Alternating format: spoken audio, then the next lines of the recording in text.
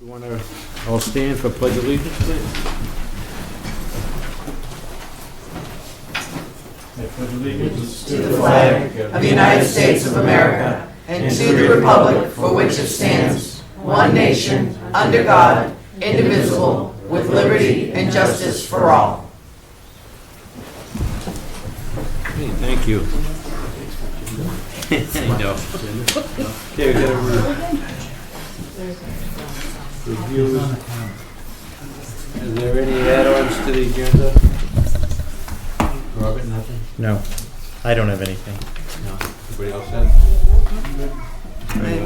I make a motion to approve the agenda as submitted. Moved and seconded, all in favor? Aye. Aye. Announcements, we don't have much. Last week's accounts payable warrant was $338,707.90, signed by me on the 28th of February. And this week's is number 17-16, 1.6 million. $1,611,209.61, and that too is signed by the chair. Any other announcements? Anybody have anything?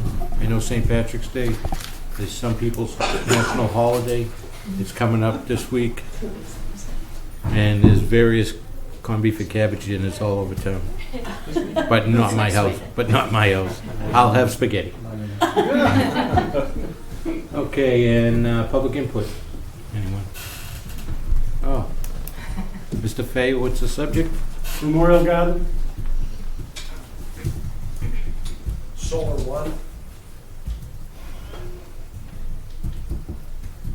Mr. Sullivan? Parking for the train station. Mr. Chairman. Okay. Anybody else? Jim?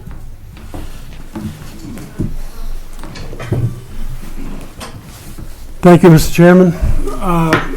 You'll see me hopefully every week of your meeting going forward, because we, as a Memorial Garden Committee, have determined as a minimum we need $4,000, as a potential maximum $15,000 to do what we need to do to respectfully recognize the veterans in Ayer with a ongoing plaque, an additional 30 names with a target again of November 11th of 2017, which is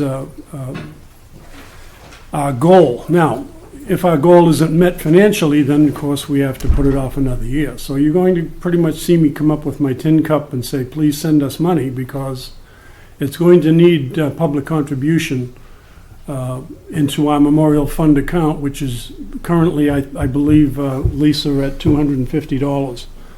So we've got a long way to go to get to 4,000 if we do it in a minimal way, or 15,000 if we do it in a maximum way. And all of that will be decided through the process between the committee and yourselves going forward. So I thank you for the time to keep that on the front burner as far as, and again, Robert and I have agreed to meet very soon on the warrant article, and more to come later. So that could be done at town meeting on a warrant article? Right. But again, failing that, and I have to have a plan B, I need public contribution to get it done. And they can contact this office? Right, just a check made payable to the town of To Ayer. you? Oh. Yeah, Jim Fay, no. Get me started. Town of Ayer with a footnote to Memorial Garden Fund, and Okay. Lisa will do the rest. Great. Thank you very much. Thanks, Jim. Solar One, come on up. Your name, where you live, please. Mr. Chairman, my name is Mark Smith. I'm a resident of Ayer. I live on Douglas Drive. I've been asked to speak for the residents that live on Douglas Drive. The Solar One project has been approved. The drawings have been approved. The planning for it has been approved. We are abutters to it. We didn't realize we were abutters to it until... Did you get notified? Well, the notification that we got didn't say anything about solar power at all. it said it was an extension to Rosewood Avenue. Okay. So that's all we got. When I saw that, I went over to the Rosewood Avenue and said, okay, it's an extension to this road, okay?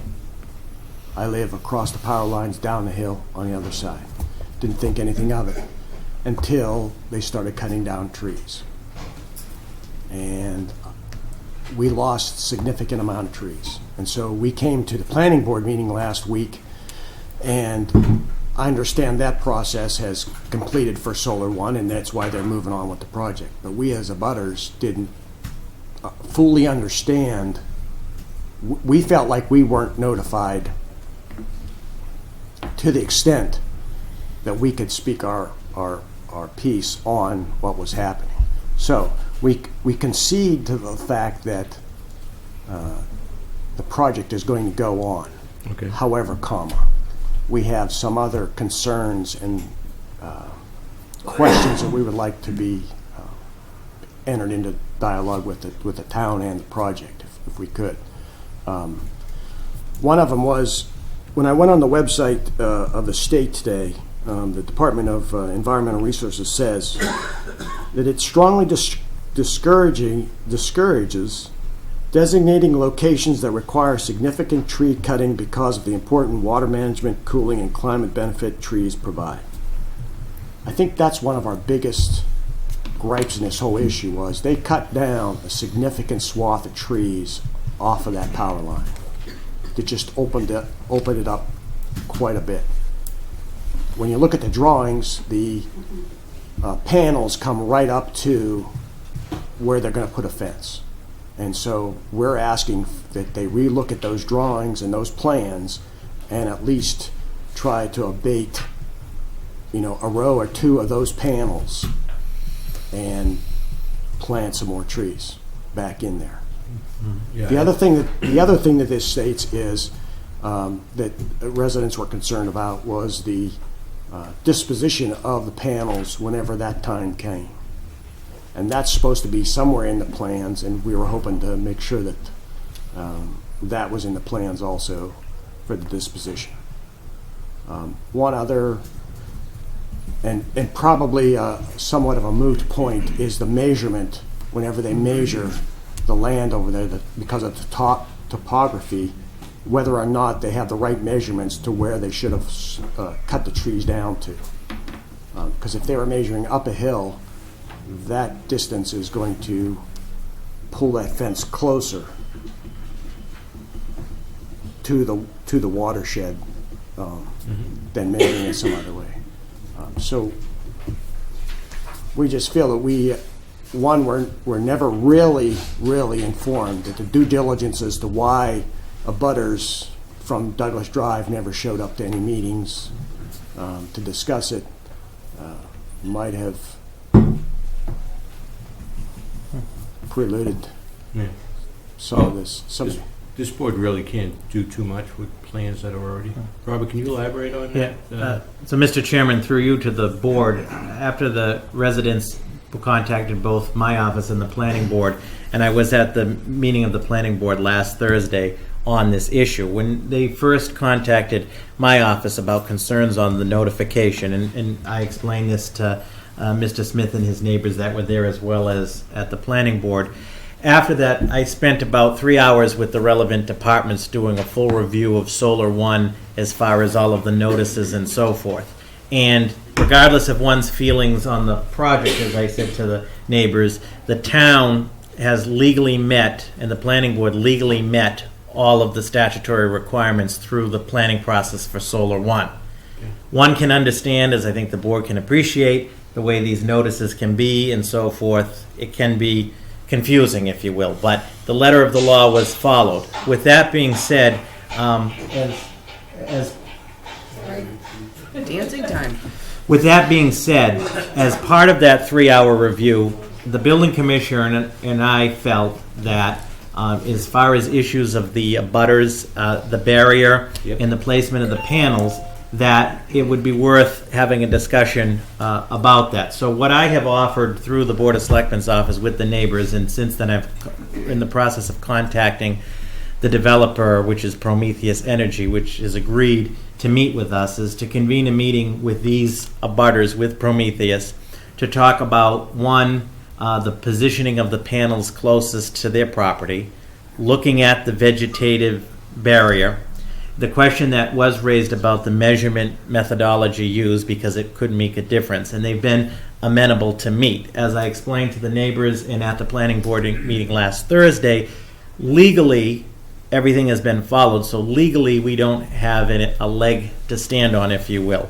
However, the building commissioner and I both feel, because the permits will go through his office ultimately with the panels, that in good faith, it cannot hurt for the town to ask to work with the developer to try to mitigate some of these concerns. Unfortunately, you can't replace old growth forest or what have you that's been removed, but in good faith to work with the neighbors to do that. So that's what I have offered, as I've notified you, and we'll move in that direction, keep you updated, and we should have a meeting shortly. And I know there is a list of other questions related to the panels and so forth that the residents have that we want to get answered as well. Okay, so you can forward those on to Yeah. Robert?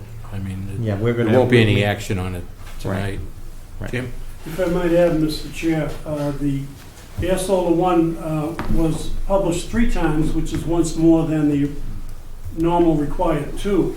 But further to the point of what was brought up at the meeting of the Air Planning Board, as you know, we're going through a review of all our regulations and procedures, and the board has taken under advisement the fact that we need to consider a bylaw for, quote, the proper placement going forward of all solar energy ventures. And we're going to take a serious look at that, and we can thereby further improve the communication process and potentially improve the both parties involved, the residents and the energy companies. I feel your pain, because right behind my house I have 25 acres of solar. There's a fence up, and there's probably, I want to say 100 feet, 150 foot of a buffer. Is there any buffer around where the fence is? There's not going to be, I don't think. Okay, That's one of the questions we have. okay. I could, when the trees were up, I could not see the power lines. Mhm. I can see the power lines now. I have the exact same problem. Okay, But you don't own the trees.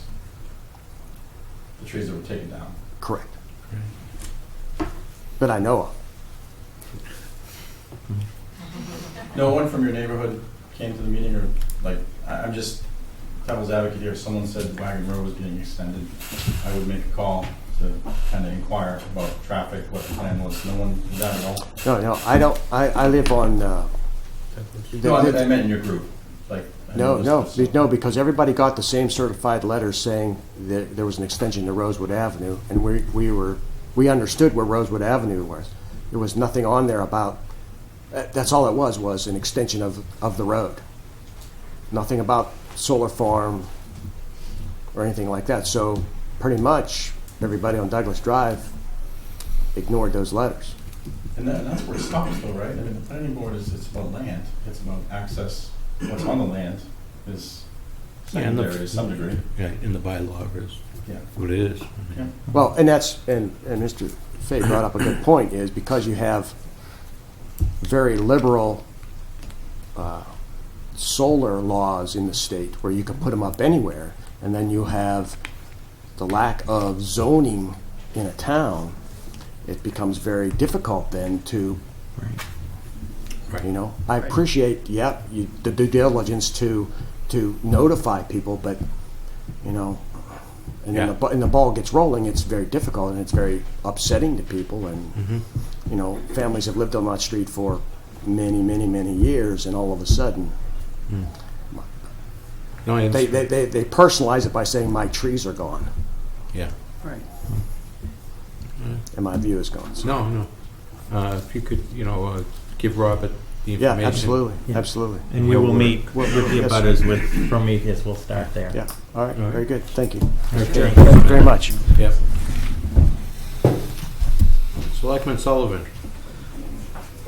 Former. Oh, that's right. Good evening, Mr. Chair. Good evening. I know that we have an agenda item for the train station with Selectman Livingston involved, but I just wanted an opportunity to make 2 points. One is in looking at the proposed designs that Mart had presented to the town a couple weeks ago. Those proposals entailed tearing down the existing building along the tracks, which we call the Spectrum building. Advocates building, I'm sorry. And putting up some kind of bathroom facilities there. And what I had proposed at that meeting and wanted to make sure the other, I know you were present, Mr. Chairman, but wanted to make sure the other board members had an opportunity to hear, is if you, and I understand you voted already to have that building torn down, if you were to reconsider that vote, Mart would jump at the opportunity to try to do a redesign of that building. And what I was suggesting is keep the current structure, take the brick walls down, put up glass.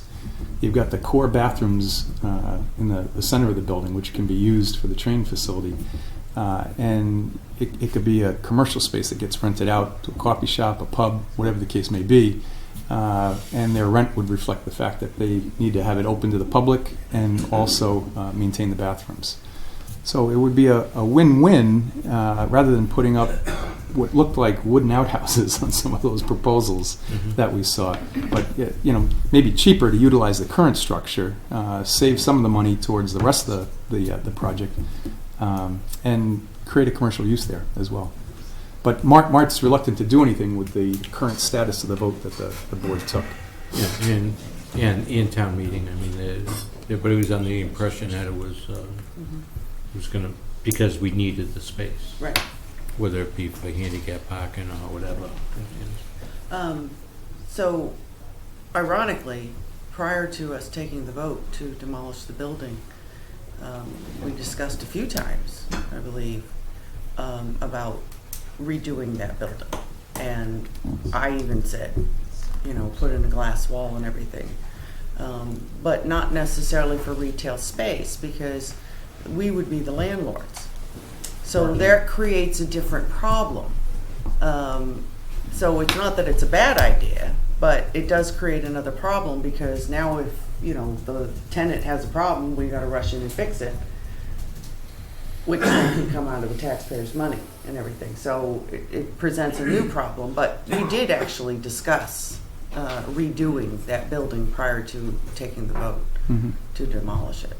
So it was discussed.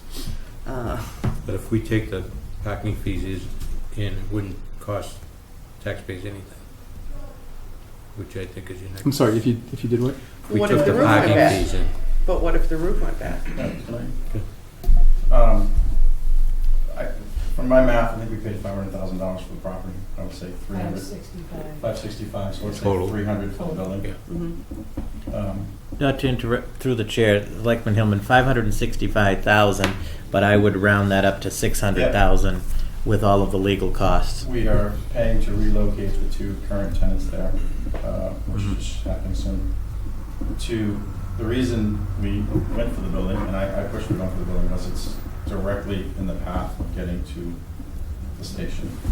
And if you were here at our last meeting, which I believe Mr. Sullivan, we talked, when Bruno had presented the bathrooms, I believe all three of us said, why there? Because you're right in the path of getting to the station. Now you have to provide parking for that building, which again presents more problems, because you're going to park cars there based on a 3,000 square foot building.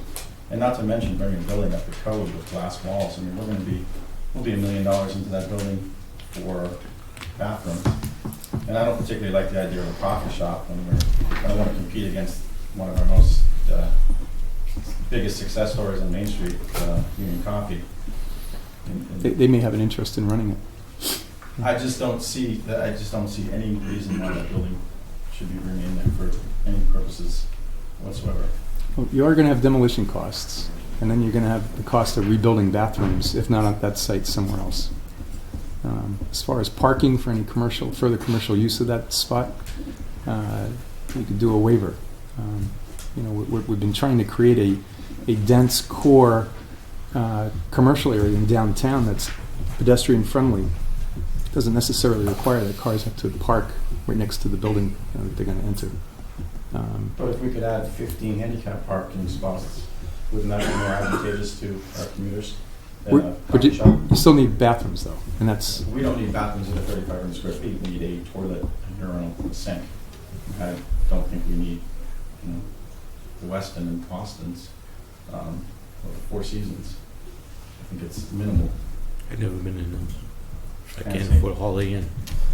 the plumbing is there, was the point that Weston and Sampson had made. And if the bathrooms are relocated, you got more expense to put plumbing in somewhere else. The other point that I wanted to raise for the board was there certainly seem to be a lot of issues with MART moving forward with this project and ultimately being the entity that maintains whatever the project may be is in charge of security and lighting. And I think where that resistance is coming from, in large part from our townspeople, is that MART is removed from the residents or the voters here in town. They're removed physically, they're in Fitchburg, and they're removed politically. They don't answer to the residents. They may answer to the Board of Selectmen, but they don't answer to the residents. If the board was, in whatever ultimately is designed and constructed for parking, if the board was to negotiate with MART and make sure that it's our town through the Board of Selectmen that is in charge of maintenance of the parking facility, bathrooms, in charge of the lighting and security, I think you'd find that the residents would have a much better level of comfort with that type of an agreement, because then they have someone that they can come to if there's a complaint or there's an issue, as opposed to some entity in Fitchburg that they don't have any control over. We have the right to take the parking fees for the town. Portion For the town to use. It would take some coordination with the different departments, so we need to get I'm not input opposed to from that. I mean, we're going to be in charge of Yeah. maintaining the snow removal and stuff like that. So, but I don't believe Mark's opposed to that either, right? I mean, No, through the- and we haven't formally, I mean, we've discussed it, but we haven't formally made any type of decision on that, because Mhm. it's kind of too soon, right. yeah. But yet, as the board is aware, and you've discussed at least conceptually, and Mart is aware of this, that when we get to that point, a formal memorandum of agreement or so forth on the maintenance and management responsibilities, and as Mr. Sullivan has brought up, and I've heard from many residents since the public meeting on February 22nd, that to the maximum extent possible, if not completely, the town of Ayer having ownership of the management of that. I mean, that's why also we have the chiefs, the DPW superintendent actively involved with the process, and as we know, all of the revenue that is generated from the parking facility can only be used back into maintenance and management functions for parking, which is a positive thing in the sense that, as Mr. Minoyan has brought up and others, and we heard loud and clear about concerns about whatever structure or whatever this ends up looking like, issues of graffiti, issues of security, there has to be a local active maintenance plan and program. And I know as the town administrator that I'm committed to that. I know that the DPW superintendent is, the economic development office is, and both of the chiefs are, as well as is the Board of Selectmen. I think that whatever ends up as the ultimate project, we must be as a town committed, the town, to the maintenance and management of that. And I think, as Mr. Minoyan demonstrated, as you saw, Mr. Chair, on the 22nd, in instances where the town is absent from that process, the end product over a very short period of time becomes undesirable. Right. In instances where the town continues to be actively involved and responsible, we have a better product. Sounds like a good idea. so I think Just going back to that first issue, Yeah. if the board was to reconsider the vote on the Advocates Building until at least the design is finalized, it just may create some opportunities for the design process moving forward. That's all I would add. Well, thank you. Thank you. All right, have a good night.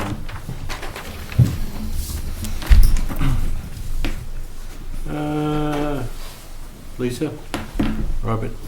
Mr. Chairman, Budget overview. members of the board, at the request of the Board of Selectmen at the last meeting, I asked the town's finance manager, who will lead the discussion, obviously, board members, any questions through the chair, to give a snapshot of the FY 2018 budget as of today, March 7th. As the board and the public is aware, the budget remains an ongoing process and project. Will ultimately culminate with your approval of the budget to go on the town meeting warrant to appear before town meeting on May 8th. The deadline is April 14th for all warrant articles and the budget, which means that we'll be respectfully looking for your final vote and so forth on the budget at your April 18th meeting. So for the purposes of tonight and in your packet, and I think we'll be putting it up here, Ms. Gabri will give a snapshot of the budget as of now. And any questions on that? Some things remain obviously in flux. We're still meeting with some of the departments in absence of the finance committee per this board. Ms. Gabri and I have been meeting with the departments. And then we want to talk about the capital, and I'll have a couple of comments on the intro to the capital piece of the budget. Okay. So with that, through you. Good evening. Oh, yes. Okay, so the first snapshot, this is just a snapshot. It's a very summarized picture of what the budget looks like at this point. So the state aid number, $964,000, is from the governor's proposed budget. And we have estimated taxes at $22.7 million, 22.8. Free cash is lower than normal, but because the town already voted a significant portion of that free cash in the fall town meeting. And then we have other revenues such as local fees and so forth, and the impact of the enterprise funds of $2.1 million for a total available for appropriation of $26.7. Right now, the omnibus looks like it will be $13.3 million, and that, without including the schools, is about a 2.8% increase. How much? With 2.8. 0.8, yeah. And with including the schools, it's actually less because our Neshoba Tech went down. So it's 2.4% with including the school assessments. In this budget, luckily, the assessors came in with some significant growth this year, very significant, which I'll get into in a minute, and as well as releasing a lot more overlay surplus. So I take conservative approaches. I used about $400,000 for growth, and it's coming at well over $800,000, mostly due to New England Hydro and personal property taxes. So there is very comfortable room to not only replace UDAG past votes, $338,000. The raised articles that I know of $62,000. That does not include whatever you're talking about tonight for Memorial Garden. And then pending COLA, which you may be voting later for non-union. And then there's a clerical union estimate of about $52,000. All of the unions, the impacts are already in. The steps are already in for non-union. The impacts are already in for all the other unions. And we still have some combination of stabilization, capital stabilization savings of about $500,000, and then the OPEB savings, which is we are in the second year of the 2-year recommendation from the OPEB committee. So, I mean, Carly, Yeah. just to get into a little bit more, okay, go ahead. That 542 for stabilization is split between the two, you said? That's just the total. Okay. That's the Okay. total. If you All right. want to know the balances, I brought that. No, that's fine. And, Okay. That's the what- total that could be available for funding. okay, and available for taxes, is the new growth added into that Yes. So line 2 there? if you go to the next, Okay, actually, yep. you'd want to go 2 down, Carly. Oh, I got the next. I think it's 2 down, Carly. It's right up on the screen. Yes, right. So see, Yep. we start with the previous years plus the unused levy capacity. That is the 21.3 million, and then the statutory base is built on top of that of about $500,000, and the new growth $839,000. So, and we still have unused levy capacity, which we seem to be building, which is it's a win-win for the community, the taxpayers. $1.6 million at this point. Yep. So it brings us down to 21 million. And then we have existing debt exclusion overrides, non-school, of $722,000, which you see that significant decrease. That's because the police station is being paid off from 17 to 18, and we'll discuss that later at some point when we're talking about capital. And then there's the debt exclusion for the schools, so it brings us down to the $22.8 million. I'm not sure if you even need to discuss. I don't know if you have any questions. How come the debt exclusion reduced for the schools? Because they're paying down principal. Oh. So just like us, we'd be paying down principal, so there'd be less total Makes expense. Yep. And Mr. Chairman, just for, I know the board is aware, but for the public's benefit, on the new growth number, as the board will recall, we transmitted a memo to you from the assessors that the new growth was estimated at 300,000, and less than a week later, it was revised to 839, which is obviously a positive. Right. Most of that new growth, as the board is aware, but for the public's benefit, came from the electric utility infrastructure and some reassessment on the various electrical installations and power installations in town. So Carly, just to switch back to that second screen, well, I just want to bring notice to, you can see the other 282,000 versus the 120. That's the overlay surplus, basically. So that's more than normal per se. But what I wanted to bring your attention to is the charges line, $699,000. Okay, so this includes not only overlay, which we have a reserve for overlay when people come in and ask for abatements and exemptions. But the reason for that significant increase is is mostly due to the cleanup of the farm. Estimated cost, I think we're almost out of the first round, and I estimated, let me see, the balance to be, I estimated at this point to be $230,000. It may be more than that at this point. But I also estimated snow and ice, which we thought we had no deficit last year. It's about $75,000, my estimate right now. So that's the reasons for the increase in the charges line. So I think overall we're in good shape. We do have to do a little bit more scrubbing of the omnibus, but basically it's in really good shape. And hopefully later you may be voting a COLA, so I can roll that into the general fund as well. So capital planning committee. Can I just ask a couple on that? Yes. So on the capital planning, and as Selectman Hillman was the chair of the committee, I just wanted, through the board, thank the capital planning committee met for 2 solid months, which is unprecedented.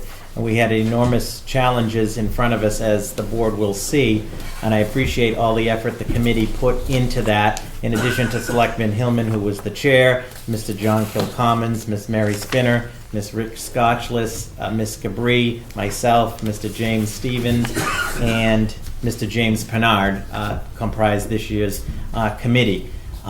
As you'll see, we'll go through the capital. This is the recommendations as voted by the Capital Planning Committee. Those recommendations, of course, are subject to your approval for placement on the warrant and subject ultimately to the approval of town meeting. What we haven't had in a while, which I do want to talk about after the presentation, is there are a series of exclusion questions. There are 4 infrastructure projects that exceed the town's financial policies that require an exclusion. As the board is aware, exclusion spending is a 2-step process. It must pass the ballot, a ballot. In this case, it would be the annual election on April the 24th, and subsequently must be approved by town meeting on May 8th. So we do want to talk about that, and we do have I know the board is going to be meeting again in March, and speaking with the town clerk, she does have a deadline of March the 22nd to get the ballot printed. So we are going to be asking for your consideration on approval of the questions, whether that can be tonight or at a subsequent meeting, but we'll get to that. So with that, go ahead. Okay. So I try to break these down into where you might, as the committee actually talked about, where the funding might come from. So the first page here, we're recommending, or the committee recommended, that these capital items be purchases from Capital Stabilization Fund. Capital Stabilization Fund at this point through August has $1.1 million in it. Last year, I believe it was, we spent about the same amount of money from capital stabilization for, I'm gonna find my notes, for similar projects. That would basically anything that was less than $30,000. Like, we should just pay for it. And when there's a significant balance, and that's the whole purpose of capital stabilization fund, is to, help defray some of these, not have to borrow for everything, and also to put aside some funds for like a new elementary school. So that's what they recommended. I agree with them. I think it's a good use of that money. And the next, Just 3 quick things on this. Under the fire, the flood control engineering for $20,000 would be the engineering for the permanent flood mitigation solution at the fire station. And the perimeter path survey for the Parks and Recs Department, the $15,000 is for the survey and the engineering. There'll be an article coming forth from CPC to fund that whole project. and this is the note I was looking for. In FY17, the town voted $110,000 from capital for capital purchases from this fund. So we're staying relatively the same. Okay, so the next items are general fund and nature, but they don't reach that trigger where you have to go out for a debt exclusion or a capital exclusion. So that would be a street sweeper for the DPW of $220,000, and the second phase of the police radio infrastructure of $207,000. So these would be regular borrows that are fit within the current operating budget.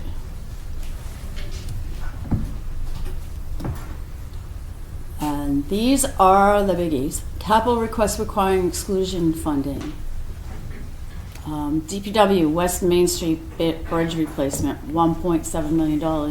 Now, Mark says that we are likely, although it hasn't been confirmed yet, to get $500,000 from a state grant, in which case we would not ask to borrow all that full amount.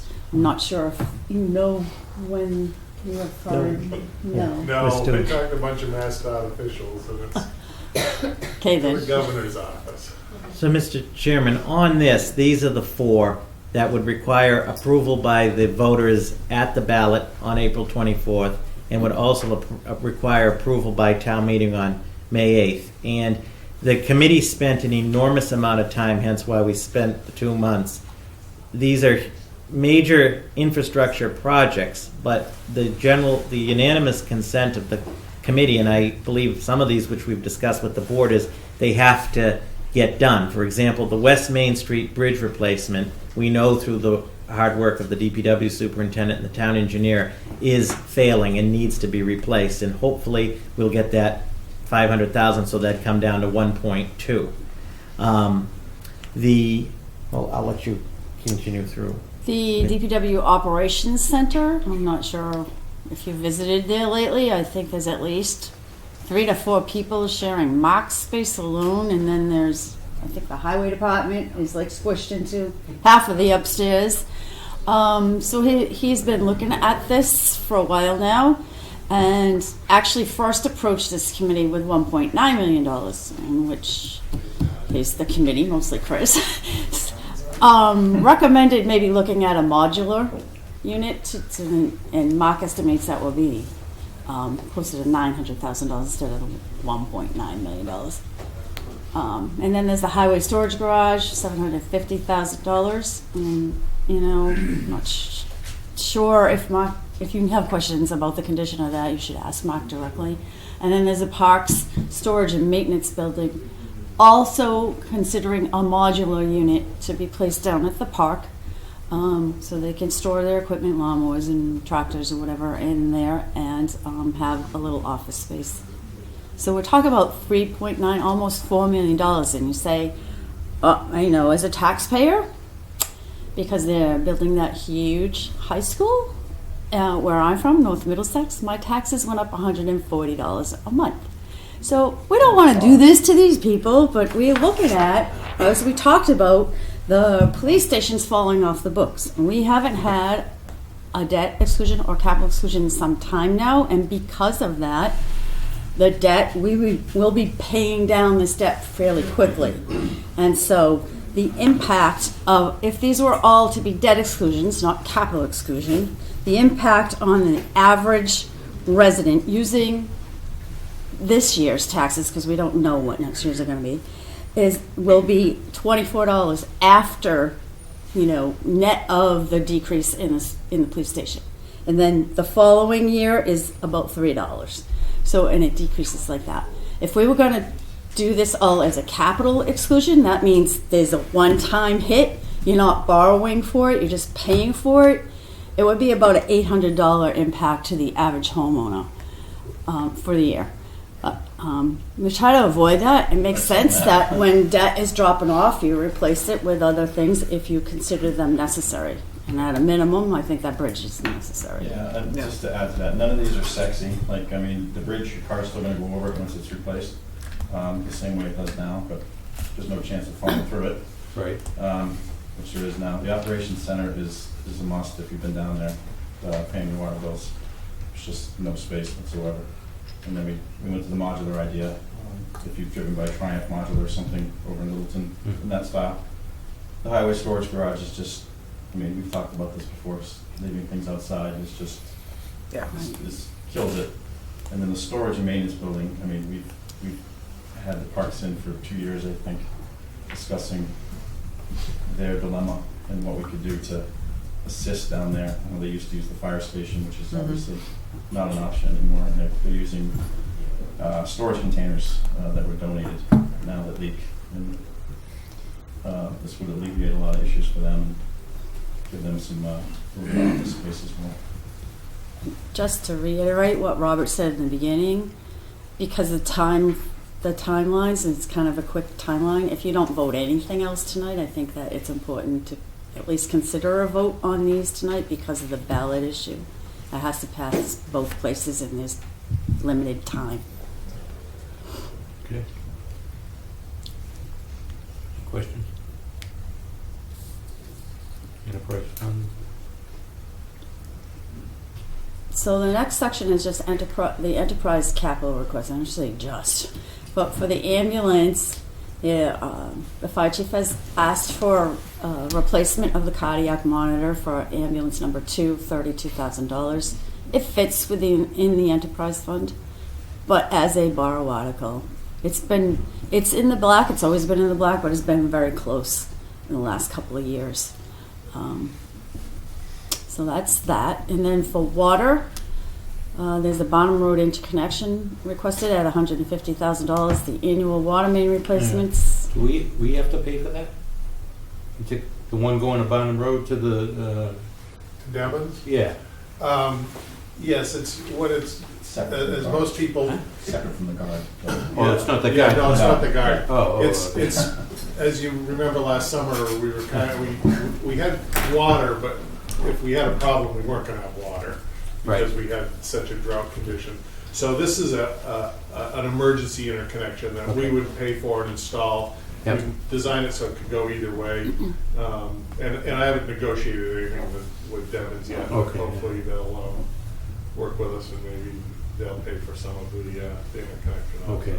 Yeah, I got the two mixed up. I figured I didn't want to show your face. All right. Sorry. So the second, that's fine. The second thing is $150,000 for the annual water main replacements. As you know, we've been doing this for the last couple of years. We pay for $100,000 right from the enterprise funds, and then we borrow the $150,000. Replace spec pond well number 2. This is additional funds. This is the project that never ends. So it started, I think, 2007, but there's been all kinds of issues with it. And in the end, hopefully this will do it, and we'll be up and running. Then there's the Pleasant Street and Doug main loop, so they want to loop the water mains. And then 2 pieces of equipment, a mini excavator with a trailer of $78,000, and a water valve maintenance trailer with a vacuum excavator of $70,000. The last time the rate committee met, we discussed, because once we get to wastewater, we have to increase the rates because of certain the wastewater treatment upgrades of $6 million. But as far as water, We discussed water has a healthy surplus, retained earnings, if you will, and we discussed having no rate increases for water, possibly for the next 2 years, and also paying for these right from the enterprise fund. So they'll still be borrowed, but they'll be within the enterprise fund. And Mr. Chair, as the board is aware procedurally, and Selectman Livingston is the chair of that committee, the Water and Sewer Rate Review Committee is actually meeting on Thursday to further refine the rate recommendations, which these do impact. And as you know, we'll then be asking the Board of Selectmen as part of one of your future meetings to conduct a rate hearing as part of that to make those recommendations. Lastly, wastewater. So infiltration and inflow improvements, $243,000, which has been more or less, there's been different funding for inflow, infiltration. There probably will continue to be, but that fits within as a regular borrow for wastewater. And the plant upgrades, $6 million. So when Mark first submitted this request, it was about $2 million per year for the next 7 years, which was about $14 million with no real plan. Okay, and this is from an engineering firm, but with no really defined plan of what would happen then and within each of those years. But of course, I had heart failure, and decided that one good way to do this, I believe, is give him approximately what he was asking for, because the sewer treatment plant, I know we did some improvements a while ago, which triggered the whole beginning of the enterprise fund because of significant 20 rates. years ago, wasn't it? Yeah. And it was about that. Yeah. And it was like $5.6 million or something at that point. It was a lot of money. But that was more geared towards process. And I understand this is more like systems, the building systems and the building itself. So anyway, looking out 3 years, because at the end of that point, we will be at the end of our agreement with Devon's, so there'll be an opportunity to maybe save some money there. And we may actually have some increased flows, whether it be from the town of Groton, Right. anything possible coming through there. So, and then it's just a good time to like look at it at that point and see what you really need to do beyond Can't keep this. kicking it down the road. Right. Gotta get it done. Right. But then again, we're not looking for an override of any sort. It's all within the wastewater enterprise fund itself. If I may, on the wastewater plant, we did, about a year and a half ago, we did a detailed study of the plant. And really looked at three things. One was the physical condition, the safety, the operational issues. Could we make it operate more efficiently? And third, we have a new NPDES discharge permit that we may have to make some changes on. So out of that study came, I forget how many total improvement requirements, but it's probably close to 100. Oh, wow. Each with a number Right. assigned to it. So I went through that and broke it into what I call logical contracts. So for instance, lumping, a lot of it was electrical, so lumping a lot of the electrical into one contract, building facilities into another, HVAC into another. And that's where I came up with the 5 or 6 years of improvements. And then doing it this way with the $6 million will go over a 3-year period, but it'll give us more flexibility. Right. As we start getting into design. We may find, that fan really doesn't need to be replaced, but this one over here does. So, Right, and you can only do that when you have the full amount, not when you do it piecemeal. right. Yeah. So I think this, and it gives us an opportunity to do more than waiting until July 1 every year for the funding. So. Makes sense. Obviously, as we've done with all our projects, we'll value engineer everything. We'll do it as cost effectively as possible. But we've got a pretty valuable facility that's in need of some upgrades. Okay. To add to that, the superintendent should be praised for his looking to try to spread this out initially. Yeah. And after Lisa was revived from her heart failure, she sat down for about a month and went through all this, and work this into the Drive me 6 crazy. million, Yeah, which is better way to go that about it. makes sense. And just a note to the ratepayers, the first time the rate committee reviewed this, I had our Dave Fox, our water and sewer consultant, rate consultant, run a scenario where we use some of the surplus for sewer, which has built up to $1.3 million over the years, but most of that has been in the last 2 years. Right. So I have a feeling it's totally, not totally, but substantially related to new meters being put in and they're more accurate. But anyway, I don't want to create panic out there, because the scenario was we'll use some surplus, we'll keep it. We had been having a steady increase of about 3.5% for the sewer rates, Right. which we need to have something. We still continue to. But we ran it at 4% using, I think it was $500,000 of surplus, and it fit in with that. So Okay. now we're going back and we're looking at it using more of the surplus and maybe keeping the same 3.5 increase. Okay. So Right. don't want anyone panicking out there. Right. I just wanted to add to what Lisa just said, and I think Selectman Livingston, who's on the committee, and others will agree. This $6 million figure, when you see this as a ratepayer or a taxpayer, is a huge number, and we understand that. But I think, as mentioned, the wastewater treatment plant is a vital piece of infrastructure to the whole town that I think many of us in any town that has a wastewater treatment plant, a city, often take for granted. The original, right? The original asset was built Going down. The original asset was built in 1983. There were some process improvements made over that period, but I think it's important to note that the town meeting did authorize previously the funding to do the study, which CDM did. Right. And that was a very comprehensive study that the superintendent and the town engineer were intimately involved with, that looked at the whole thing from soup to nuts. And I again do appreciate the superintendent and the town accountant, the rate review committee, and capital really working diligently to make this a realistic number that we can make progress and preserve this facility, while at the same time keeping rates within the projected models and so forth. And I believe there is a high level of confidence that we're at that point.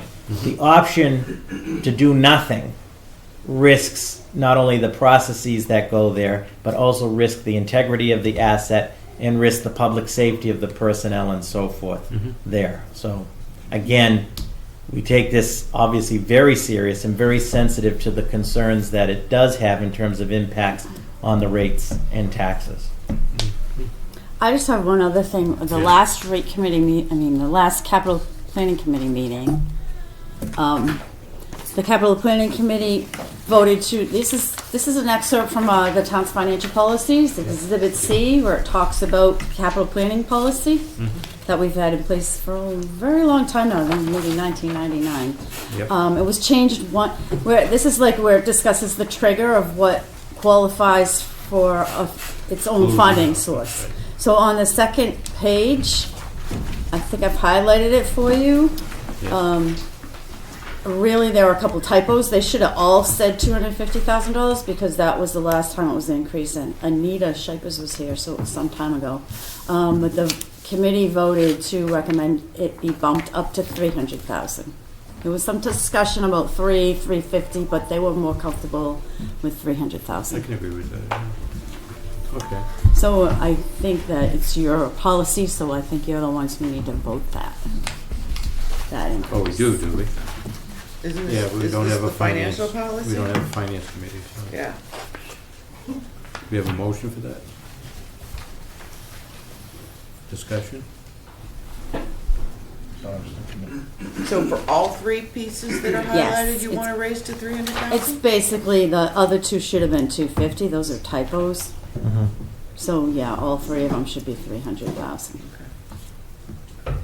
And that's from a recommendation of the capital planning committee.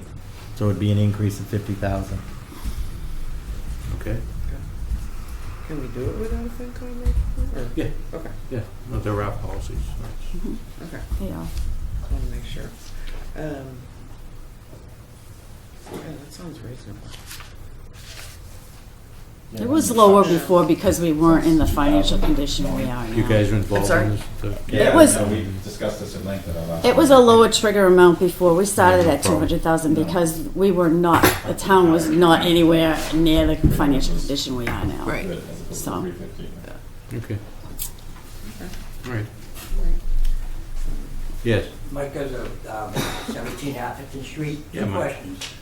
On the slide that you had on your budget, you have one page that has available appropriation 25,905,668, and on the budget snapshot you have 26 million plus. What's the difference?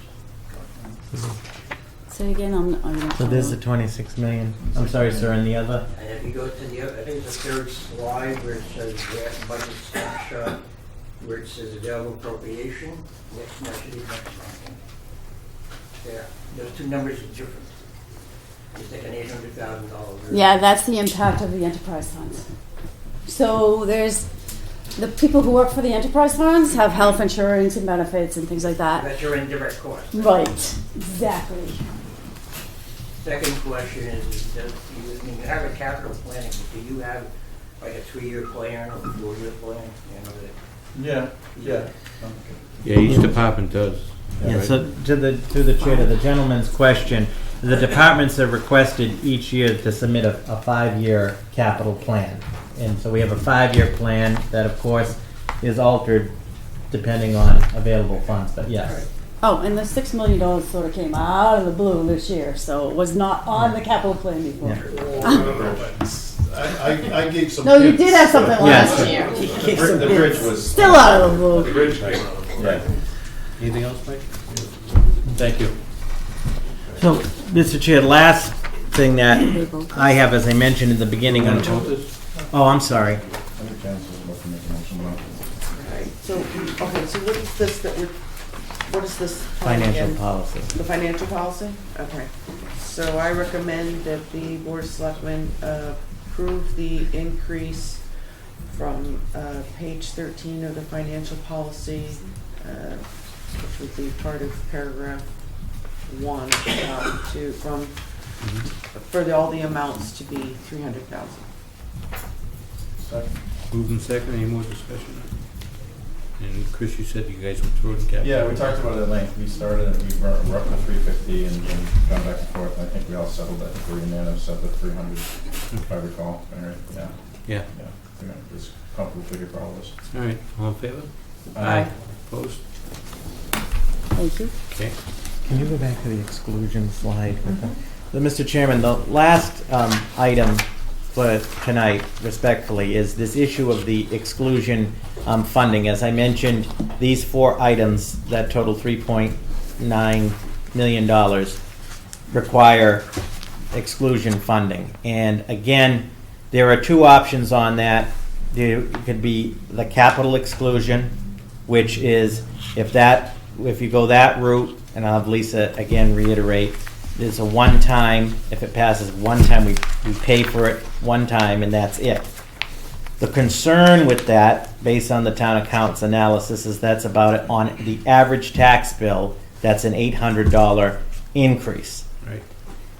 The second option, which is the debt exclusion, which is more of a borrow, and of course there are the costs on the debt piece. The average impact for the first year, as mentioned, was $24, and then it begins to drop down. The third piece, which is, and it's the purview of the Board of Selectmen ultimately whether it's going to be a capital or debt, so that's why I bring that up. Yep. And then the second thing for the board to consider is you could group all of this as one question, or as what I passed out to you are 4 questions.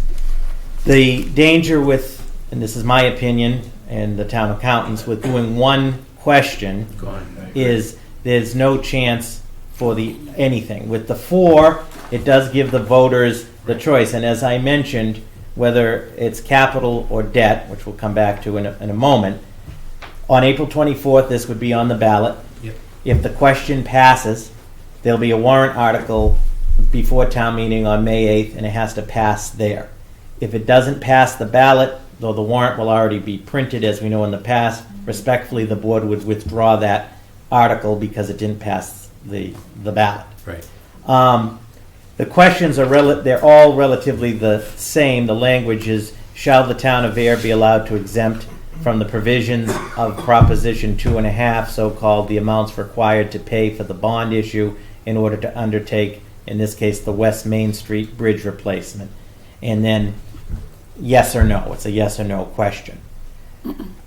So I think two things. One is the will of the board, whether to do it as a capital or a debt. Capital, in the sense, in an ideal world, it's paid for once and it's done. The concern is it's It's the a lot of average money. impact. That's a huge hit for Yeah. residents. The debt, as mentioned, is a smaller amount. This will ultimately be up to the voters. So that would be the first thing. The second thing is whether it to be 4 questions or 1. And then lastly, in talking to specifically DPW, but also to Ms. Gabri and this board, I'm aware that we need to do some public education and outreach after tonight. We want the public to be aware what these ballot questions mean, what are these projects, what are the cost impacts. So we're not, after tonight, this isn't the end. We need to have a sustained public outreach campaign right up to the election, which we have some thoughts Can on. we put any explanatory Yeah. after each question, Sue? Can It's like a- go on A there? yes vote means On the ballot? a no vote, Yeah, we should, yeah. just to explain it a little bit. That's a good point. Yeah. We could put explanatory language also on the ballot. Right. Because people hear 2.5 and then it's Yeah. 9, I know what Yeah. they do. Mr. Guzzo, did you have something? Yeah, 2 questions. When was the last time you had a capital exclusion for the town of Maynard? Other than the high school? Other than, yeah, we had the high school. That was a capital exclusion? Oh, Oh, no, no, no. that was- I think we that was- only had one. Was it the Yeah. town hall roof? We- Right? No, No. we had about 4 questions and That might only have one been article Yeah. passed. We had, Something for the. it was, Mr. Chair, I believe, don't hold me to the date, I think 2011, there were 4 capital exclusion questions, and only one passed, which was for some radios. There were 4 items 4 questions, those were capital Might have exclusions. been something from fire, too. Mhm. Radios. And the borrow, we had asked Lisa if this is capital, although we're borrowing and paying interest, the interest rates are ridiculously Right. low for us to borrow this money. So far. Right. And yeah, so far, but we lock in instead of hitting somebody with an 800, I mean, that's Yeah, that's a hit. trying to change. Guzzo? Second question is, was there any thought about splitting it up between capital and debt? I don't know, was that discussed at all, or was it? I mean, you'd still be at 400, let's say, for a taxpayer, I mean, which Right. is still a Which pretty is big high. hit. Yeah. And So I guess yes, but no.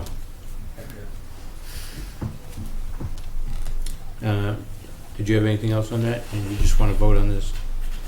So, We want to vote whether it's all 4 instead of 1. and whether it's debt or capital exclusion. Can we pick each different one for you? No, I'm only kidding. Yes. Can you guys have more discussion on it? No, I mean, we can after the. I would like Motion. to make a motion that the town of Ayer place 4 separate debt exclusion questions on the upcoming ballot, for the upcoming April ballot, as explained by the town administrator and the town accountant. Movement seconded, Mr. Fay? I just wanted a 2-part answer, I guess. One is we did have a debt exclusion, but the other part was that it wasn't explained properly and failed. But for the life of me, I can't remember what the product was. Yeah. I do remember we had a problem in that Robert's correct in wanting to do some groundwork for this article because the public basically didn't see the profit, but it was there. I think, through the chair, one of the issues on those 4 I mentioned in 2011, they were capital exclusions, but everybody was going around saying they were debt exclusions. So, as you can see in the public outreach, we definitely want to be very clear. Okay. I think the radios was Yeah. one of the issues. Yeah. We'll have to talk about postal things, how to notify people later. Future meeting, yeah. Okay. Force. possibly. Towards the post office? No. You're not in the second grade. You Towards can't. the wastewater treatment plant in Farmington, All right. Bridge. All in favor? Aye. Okay. You guys are set. Thank you. Anything else? No, thank you. We'll be back with more budget moving forward, but this was good. Okay. Thank you, Lisa. Good night. Thank you. Operations. Chief Murray, still awake? Oh, sorry, we're running a little late. That's okay. Good discussion. It was a very good discussion. Board, this is Brent Davis. Hi, nice to meet you. Folks, how are you this evening? Hi, how are you? Selectmen Hillman, Luca, and Luca. She stood, look how dressed up they are. We're here tonight to request that Brent be appointed to the open patrol officer position. As you know, we have an open position from an officer who left us in December. He resigned. So Brent came out as our top candidate for that open position. He's currently a resident and police officer in the town of Townsend, but he grew up here in Ayer, living on Groton School Road for about the first 18 years of his life. And he still has family in town. He's a graduate of the University of Phoenix with a BS in Business Management, former member of the U.S. Army, or is a member of the U.S. Army Reserve, was a former member of the Marine Corps. Currently, he's a corporal in the Reserve. Correct. In his role as police officer in the short time that he's been in Townsend, he's been certified as a school resource officer, a public information officer, defensive tactics instructor, and an ALICE program instructor. Alice. ALICE is a self-defense program taught to the kids in schools. It teaches what we teach in our schools: run, hide, fight, basically. Prior to assuming his role as a full-time SRO for Townsend, he was the Townsend's representative on the regional response team for the Northeastern Massachusetts Law Enforcement Council, or NEMLEC. Comes highly recommended by current former employers, and we think he's going to be an exceptional fit here in our town. If the board is so inclined, I further recommend that the appointment be contingent upon passing a physical and psychological, and it become effective March 27th. And in keeping with prior practice, since Brent is already Academy certified, we'd like to start him at step 2. All right. Any questions? Mr. Davis? I have a quick question. Yes, ma'am. So you got to do an 11-week field training program here in Ayer?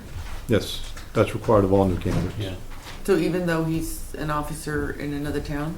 He's never been an officer here, so we need 11 weeks to evaluate him. Oh, okay. We don't trust anybody. And as you currently know, Trust and verify. That's you know?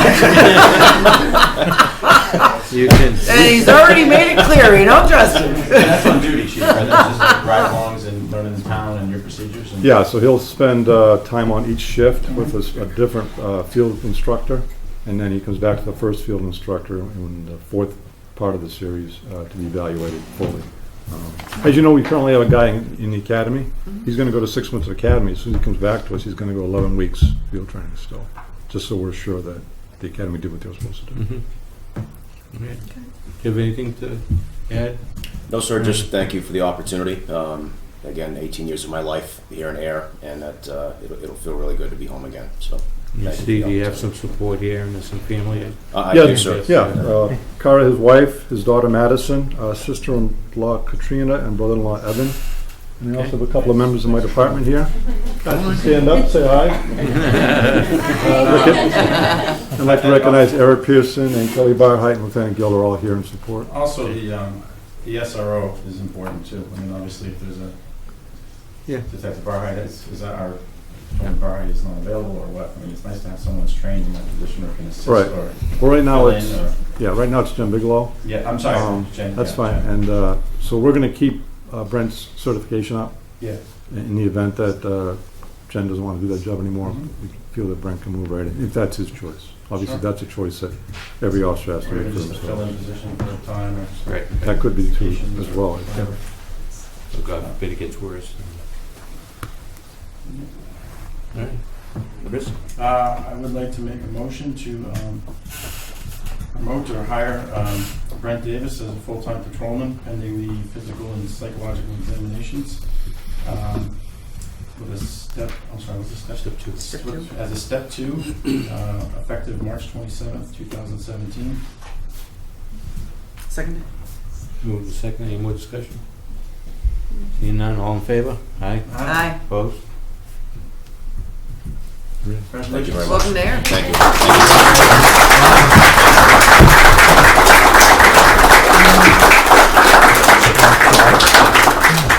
Thanks, Beverly.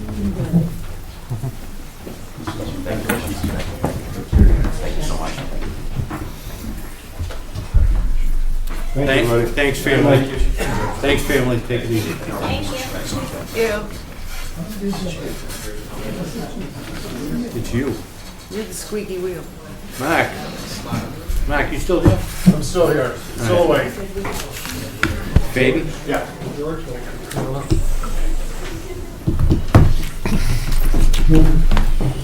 Pretty late. Hi, how are you? This is George Gallagher, who's representing the Willows.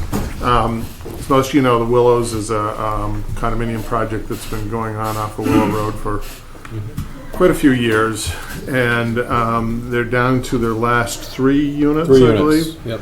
And so they came in to get the water and sewer permits, and For the last building, which is a 3-unit building. and I said, well, we just raised our sewer bill, our sewer connection fee, so I gave them the bad news. This And has been being apparent- built since 2009. and apparently, when they were approved, they were given a reduction, and I'm not positive what that was for. I assume it had. I was assuming it was related to the water storage tank that they're also contributing to. So, so anyways, I recalculated. So so I did a little research, and I couldn't find anything in writing official other than, as I think was in your packet. This is one of the previous DPW superintendent's MO.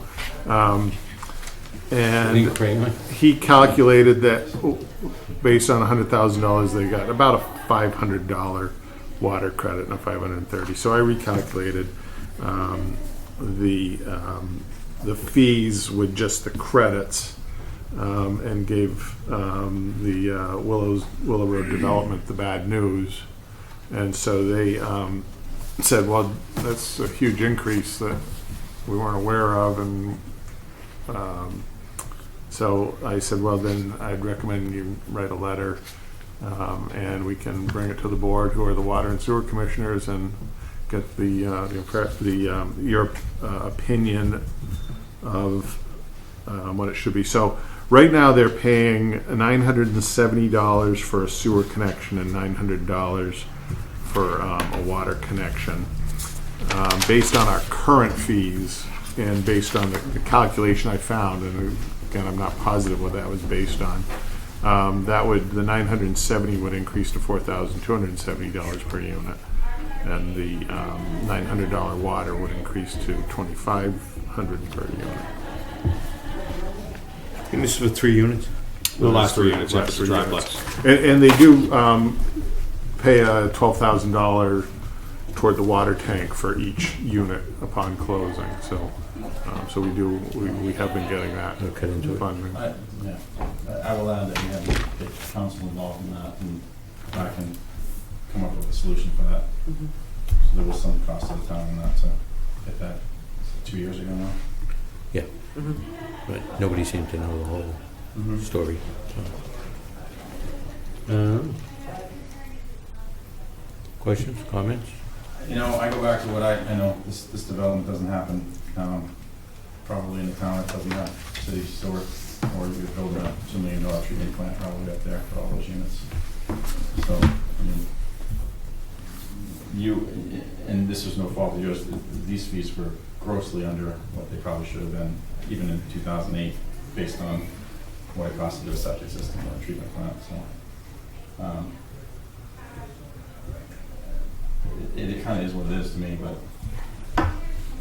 it's just my opinion. Yeah. Mine's different because the project started a long time ago, and it's kind of a jump to assume that you're going to have to pay that much when you put into your costs, it's gonna be a certain amount. I mean, I'd rather see it half of what it is. But, We didn't also extend the project this long, it was supposed to be done a few years ago. well, there was issues. Yeah, we had, you're right, it was a lot of the recession things that extended the project. But they've also added to our affordable housing. And even though we gotta get council involved, we got a water tower too. I will also mention that we did do because we had some concerns from other residents who weren't connected to the sewer, we do have a 1-year $2,000 connection fee for existing houses Right. for the sewer. Right, did anybody take advantage of that? We've had a few. Yeah, okay. We just sent out another reminder notice too. There's about 100 houses, so we've had a few that have come in, but we did just send out another reminder to all the people. One of the things that we did find in that is there were some people who we thought or we didn't know had sewer. And, Oh, that's nice. so we figured that out. Oh, good. There was a couple of those. Sorry to interrupt, is that gonna be town roads, or is that gonna be private, is that an association that's gonna maintain the roads in there? The will- Right, so they're responsible for the infrastructure, all the roads, the water, the Alright, sewer. so it's not a town road, and So- so we're not gonna be salting it, we're not Right. gonna be. Yeah, we maintain it through the That's part of the association. condo fees and their association. Yeah, fees. there is one, so there's two sewer pumping stations associated. One of them they will maintain, the other one has been transferred to the town and we maintain it. But they built the sewer station. Okay. When would these units be built? When would they be complete? My guess is we'll start them, we'll start to actually excavating for the foundations in the next couple of weeks. And it would probably take somewhere between 150 and 180 days to complete the building. So it's actually our hope to get basically most of the final infrastructure done this summer, fall. Okay. So people would be able to move in 2018? Yeah, yes, 2017 or 18, yeah, the latest.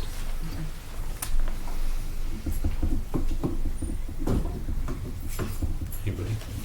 Well, I'm assuming the cost of the units have gone up since this was implemented as well.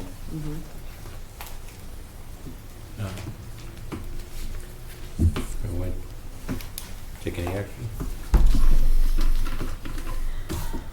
When did this originally start? In 2009? Um, I think the Something like that? comprehensive permit through the zoning board is 09. yeah, Where it started. Okay. 2008, 2007, 2008. Yeah. So right, so then you know they have gone up a little bit over the past couple of years, but they also sank quite a bit during the recession. And all the previous water and sewer connection fees, you've been paying the $970 and the $900? Correct. Yep. And that's what we had built into the budget, including the payment we made for the water tower at each closing. So I understand that. I think what happened in the past is that there wasn't a mechanism, I think, in place where that was specifically getting paid. And then I think that what they did is they did a thing where we do it at closing now. Yeah, They before we signed put a off mechanism on in, the yeah. CO was paid or whatever. Yeah, to get yeah. an account. Yeah, unfortunately, and would have been better spread it out. Yeah, Over exactly. 90 units.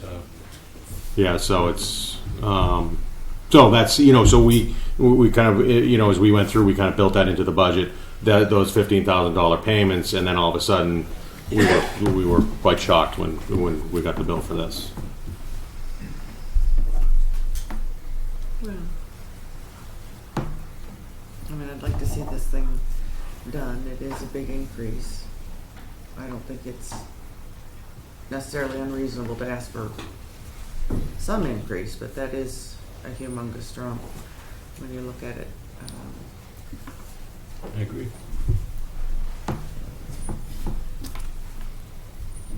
But $970 and $900 seem very cheap too. Free. Yeah. Okay. Like I said, I would go for half of what the increase was. Yeah. So what, like 20, 21, 35 or something like that? My math might be wrong on that, Yes. 21, 35, and 12.50. and that's what you'd recommend, Mark, or at least meet the mark, right? You know, from my point of view, you know, I haven't come up with a recommendation, Okay. but, 'cause I wanted to get the opinion from the board, but that's what I would say is some sort of a, you know, not the initial fee, but some sort of a negotiated fee. I think where we have given other residents with existing houses a $2,000 fee, Right. then that would be In line. reasonable for sewer.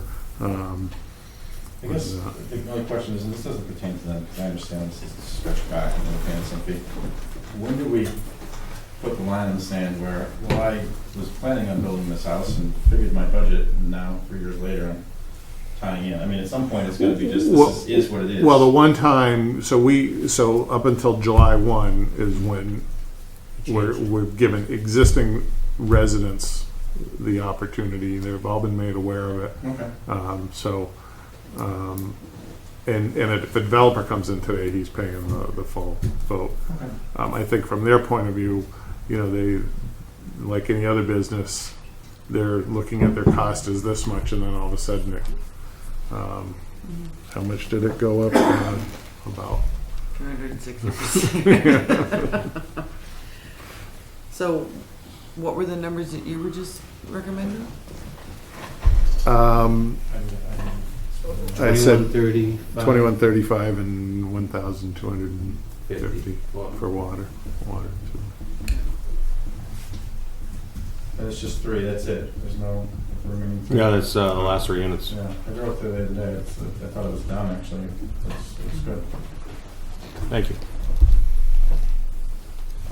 So, I think the recommendation that Mark is talking about is reasonable. I mean, there should be some little increase, but yeah, not 360%. Make a motion. So, I make a motion that the Board of Selectmen approve a reduced water rate to, what was the number for that one? 22.50. 22.50 for water? 1,250 for water Oh, Okay, sorry. and $2,135 for sewer. okay, as stated by Mark. Do we have a second? I'll second. You know, I was just gonna add, I just wanted to say for the 3 remaining. Oh, for the 3 remaining 3 remaining units, units. yes. Okay. Don't mind me making that. Yeah. amendment to that. Okay, I'll second that. all right. Any more discussion? All in favor? Aye. And I would like to Very much. say that, you know, they have contributed a significant amount of money to our new water tank, and we've got about, I would guess, about almost $2 million worth of infrastructure for free. Yeah. It's a real benefit to the town having that new water tank. I mean, they didn't put in for another water tower in Capitol? Free cash. No.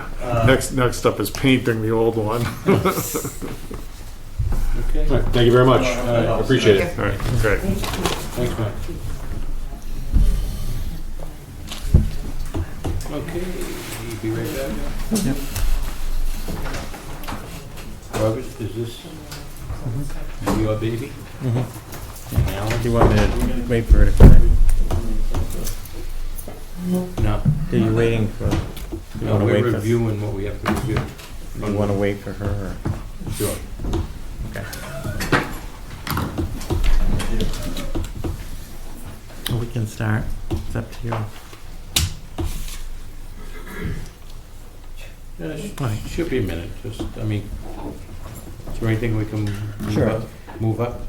Well, Mr. Chairman, why don't I start with just some introductory remarks while we wait for Selectman Livingston. So the next item on the agenda at the request of the Board of Selectmen is a Board of Selectmen review of the public input from the public meeting on February 22nd, 2017, at which the proposed concept designs, plural, for the MART commuter rail parking and Access Improvement Project were presented.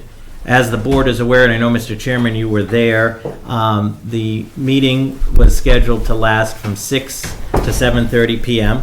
It lasted from 6 to 9:45 p.m., which is good. There was a lot of interest from the public, and I see many of them are here tonight, but there were even more there.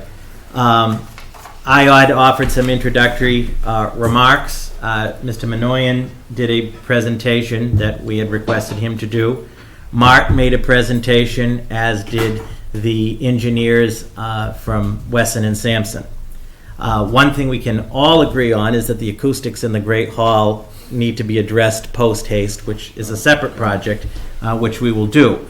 At the conclusion of that public meeting, and why we're here tonight at the request of the board, the board wanted to discuss or review the public input from that meeting. So I asked Mr. Minoyan, since the 22nd, through the tape, plus many people were fervently writing, to take all of the public input that was made, all of it, the good, the bad, the ugly, depending on who you are, to take all of it and put it together in terms of synthesize it, which I'd like him, through the board, to present and talk about tonight. Yep. Additionally, all of this that Alan is going to talk about has been transmitted also to Mark and to the engineers as part of the public process. So I think for the board's benefit, I think we should start with Alan's overview of and presentation of the public input that came on the concept from Wednesday, the 22nd. Yeah, before you start, Alan, I just want to mention, that, and I keep forgetting to mention this, but Devon's is starting a bus shuttle. Their shuttle, yes. That's going to come down to the station. It's going to go to Shirley Station. It's going to make a big loop and to the businesses up at Devon's. As well as the Neshoba Valley Medical Center, which is Medical really Center. important, On the way yes. to the mall and Yeah, Whitneyfield Mall. Yeah, right. There was So, something else, I think, a little bit Fishburne past Center, Whitneyfield, too.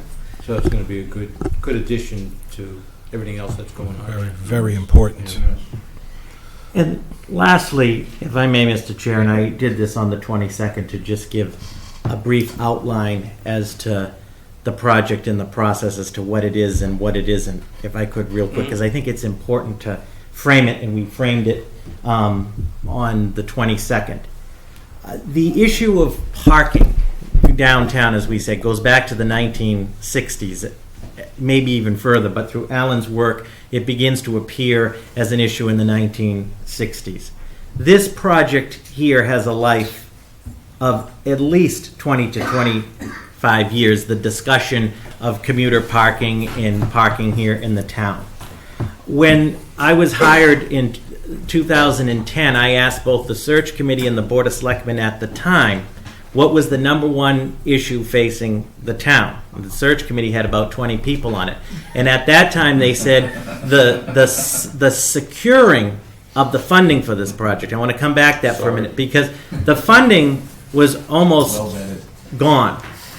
And so from 2000, and I can only speak, and I know there are people in the audience, and I applaud their efforts. They have been working on this on some fashion, whether conceptually, with previous boards and so forth. Mark, a lot of people have been working on this, because I think despite disagreements that folks we may have, I think everybody's goal is the same, as the optimal project for the town.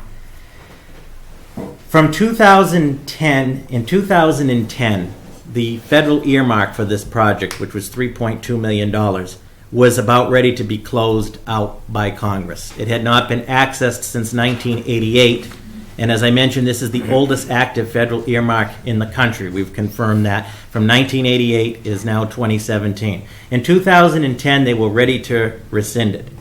Through the efforts of the Board of Selectmen in my office, from 2010 to 2012, it took almost 2 years to resecure that $3.2 million. And that was, I am in no way taking credit for that. That was the effort through a lot of people in the town, boards, and so forth.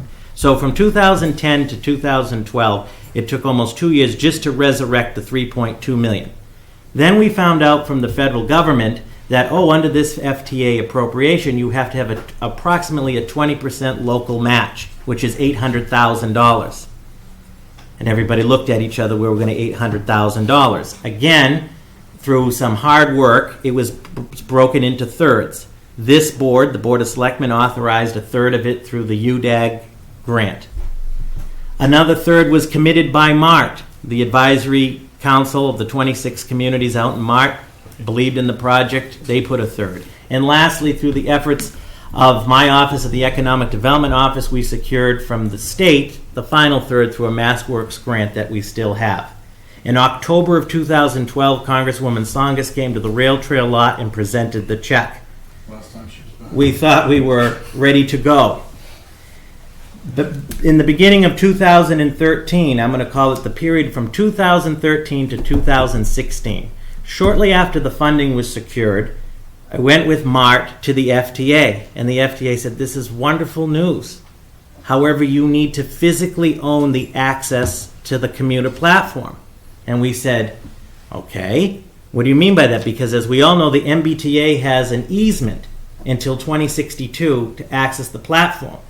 The FTA, we didn't make this up, the FTA said, nope, that won't cut it. We got the MBTA involved, and from 2013 to 2016, when I think we all would have rather be having the discussions we're having today about design, for 3 years, we get into acquiring the access. And that's a whole story others may want to elaborate on. But that culminates in the spring town meeting of 2016, reversing a position of the Board of Selectmen, puts forth the eminent domain of the access.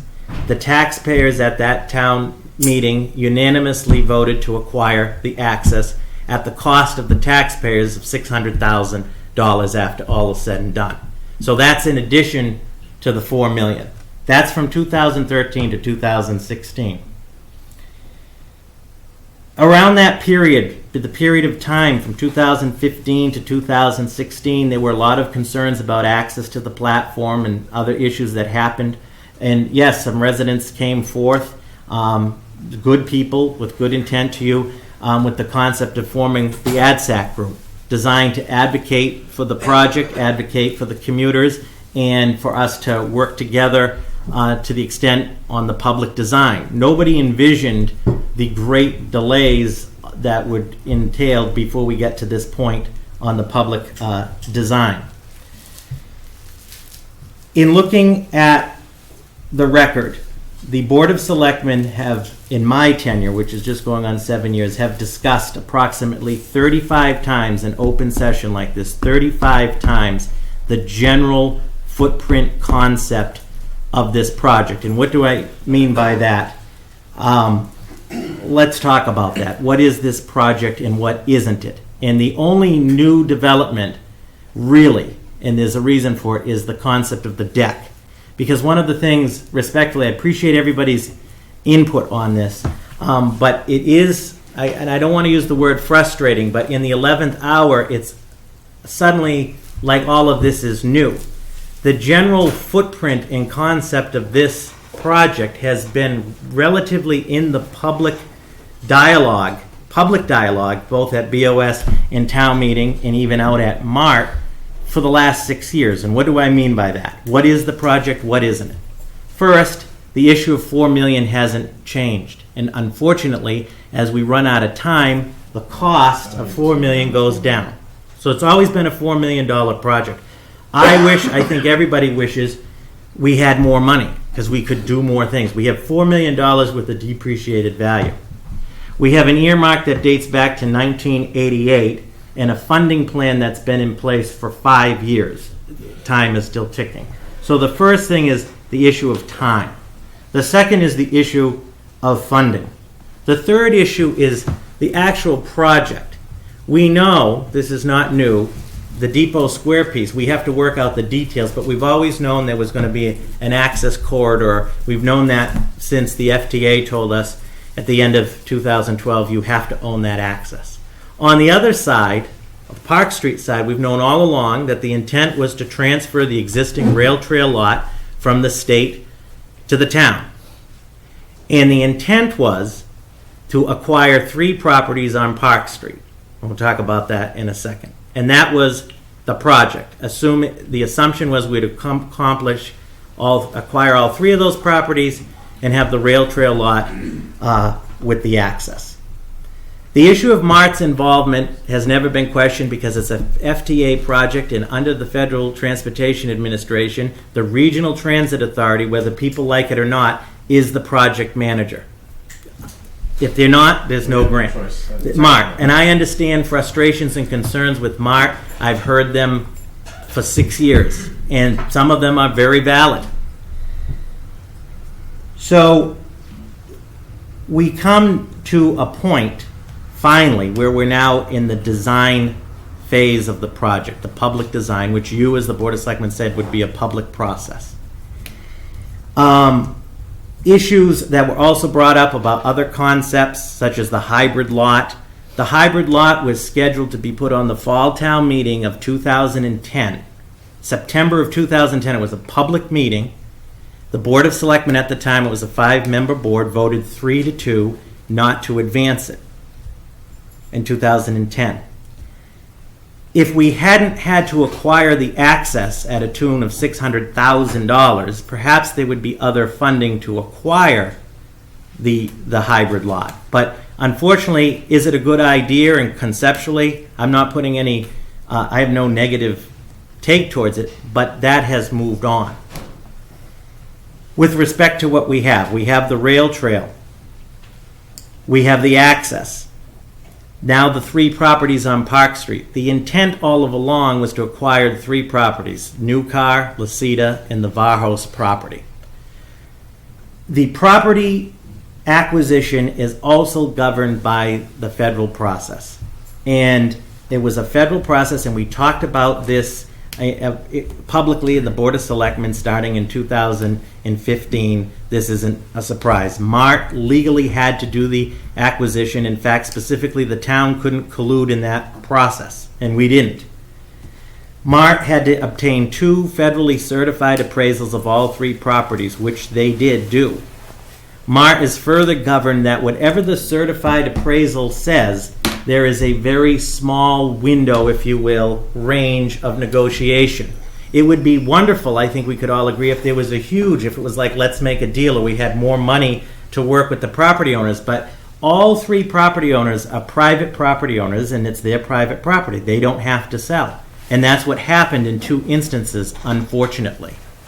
So with only the acquisition of the New Car property, and maybe there were assumptions and expectations made along by the town all along that shouldn't have been, that this was a given that this property would be acquired, a new challenge presented itself. MART has to be able to demonstrate to the FTA a certain cost per space and a certain number of spaces.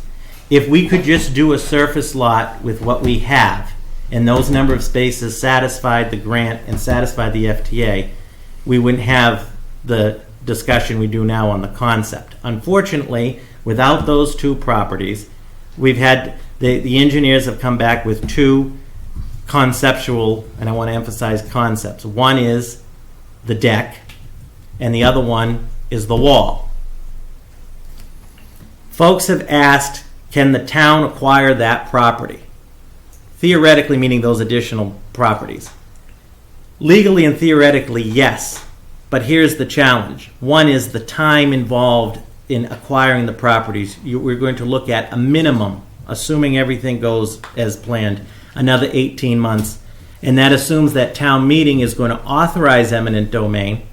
And that assumes that town meeting, the taxpayers who have already paid $600,000 plus another $250,000 through the UDAG are willing to increase their taxes to acquire those properties. So many folks, I bring that up, have asked Alan and I about other ways to acquire those properties. That also assumes that they're willing to sell. So the last point that I wanted to make, and then have Alan go with the public input, is that I think everybody's concerns are valid, and we've taken them under consideration, will continue to. But I think that the time has come, I think everybody, myself included, can agree that we don't have the optimal situation in terms of if we had more money, we could do more things. If we had more time, if time was infinite, but it's been almost 30 years. And thirdly, if we had other lands. I mean, if you didn't have those limiting factors, there would be more options. Lastly, we have an opportunity to invest $4 million into the parking infrastructure of downtown to alleviate parking problems, to also further spur economic development, which Alan, as an expert on, will speak to. We have the option to do that, to move forward with one of the concepts, or we can do nothing. And by doing nothing, we're still going to have all the problems that we have now and some more. So, on the table, lastly, when we talk concepts, there was the concept of a total surface lot. The problem is we couldn't get all of the property. So we can't do the whole surface lot, and that includes the 0 Park Street, which wasn't in it. We still can't reach those numbers. Secondly, there is a deck concept, which we'll talk about the public's input. And there was a lot of good input about that, and concerns about the deck, and concerns about security and so forth. And there's pros and cons to the deck.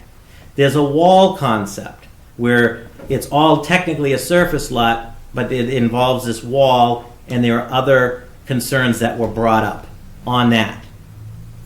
So there's a surface lot, which unfortunately we can't do under current constraints. There's a deck that people have concerns and questions about, fair. There's a wall option people have concerns about. We can do nothing, which I don't think is in anybody's interest, and frankly for the 8,000 residents of Ayer as well as the whole region, I think would be a complete tragedy. Also, we'd be left with a $600,000 access driveway. And then the fifth point that I bring up, which I didn't hear at not only the February meeting, but in subsequent public input, is what is the viable, and I want to emphasize viable alternative. What is the viable alternative? And for it to be viable, it has to meet 3 criteria: the funding, the property footprint, and the timeline. So with that, I just set that as the framework, and I want Alan to talk about the public input.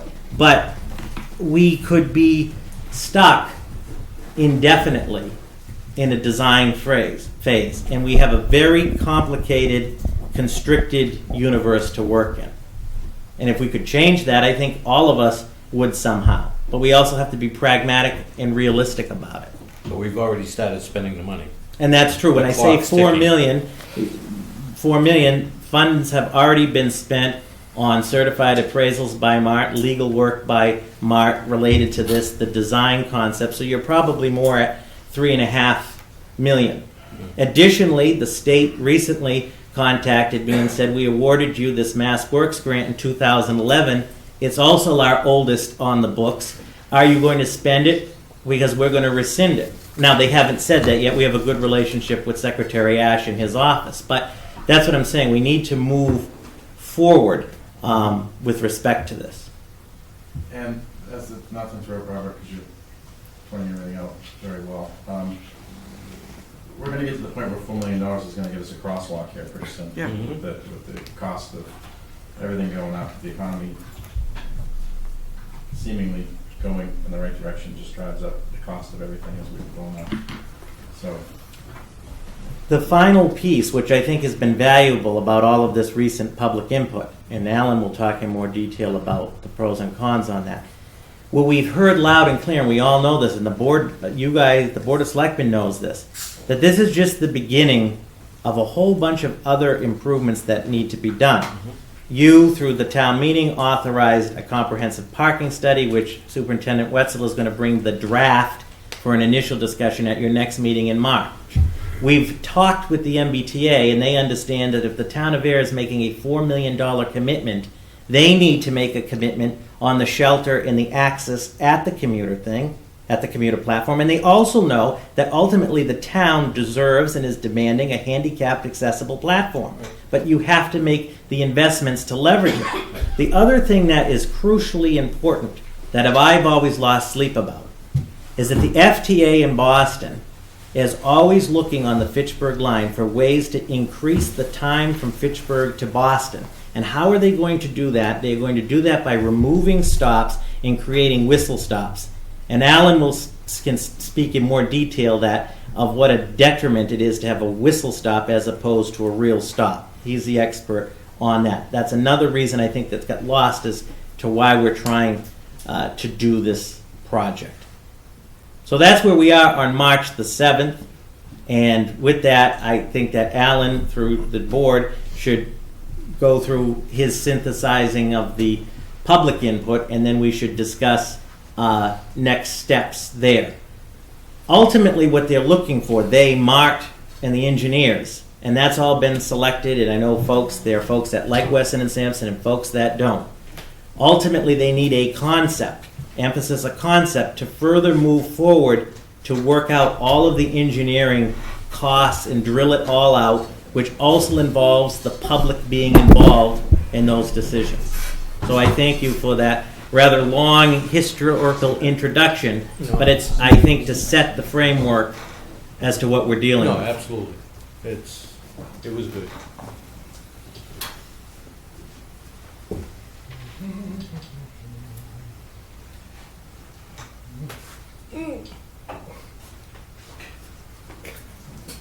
Thank you, Robert.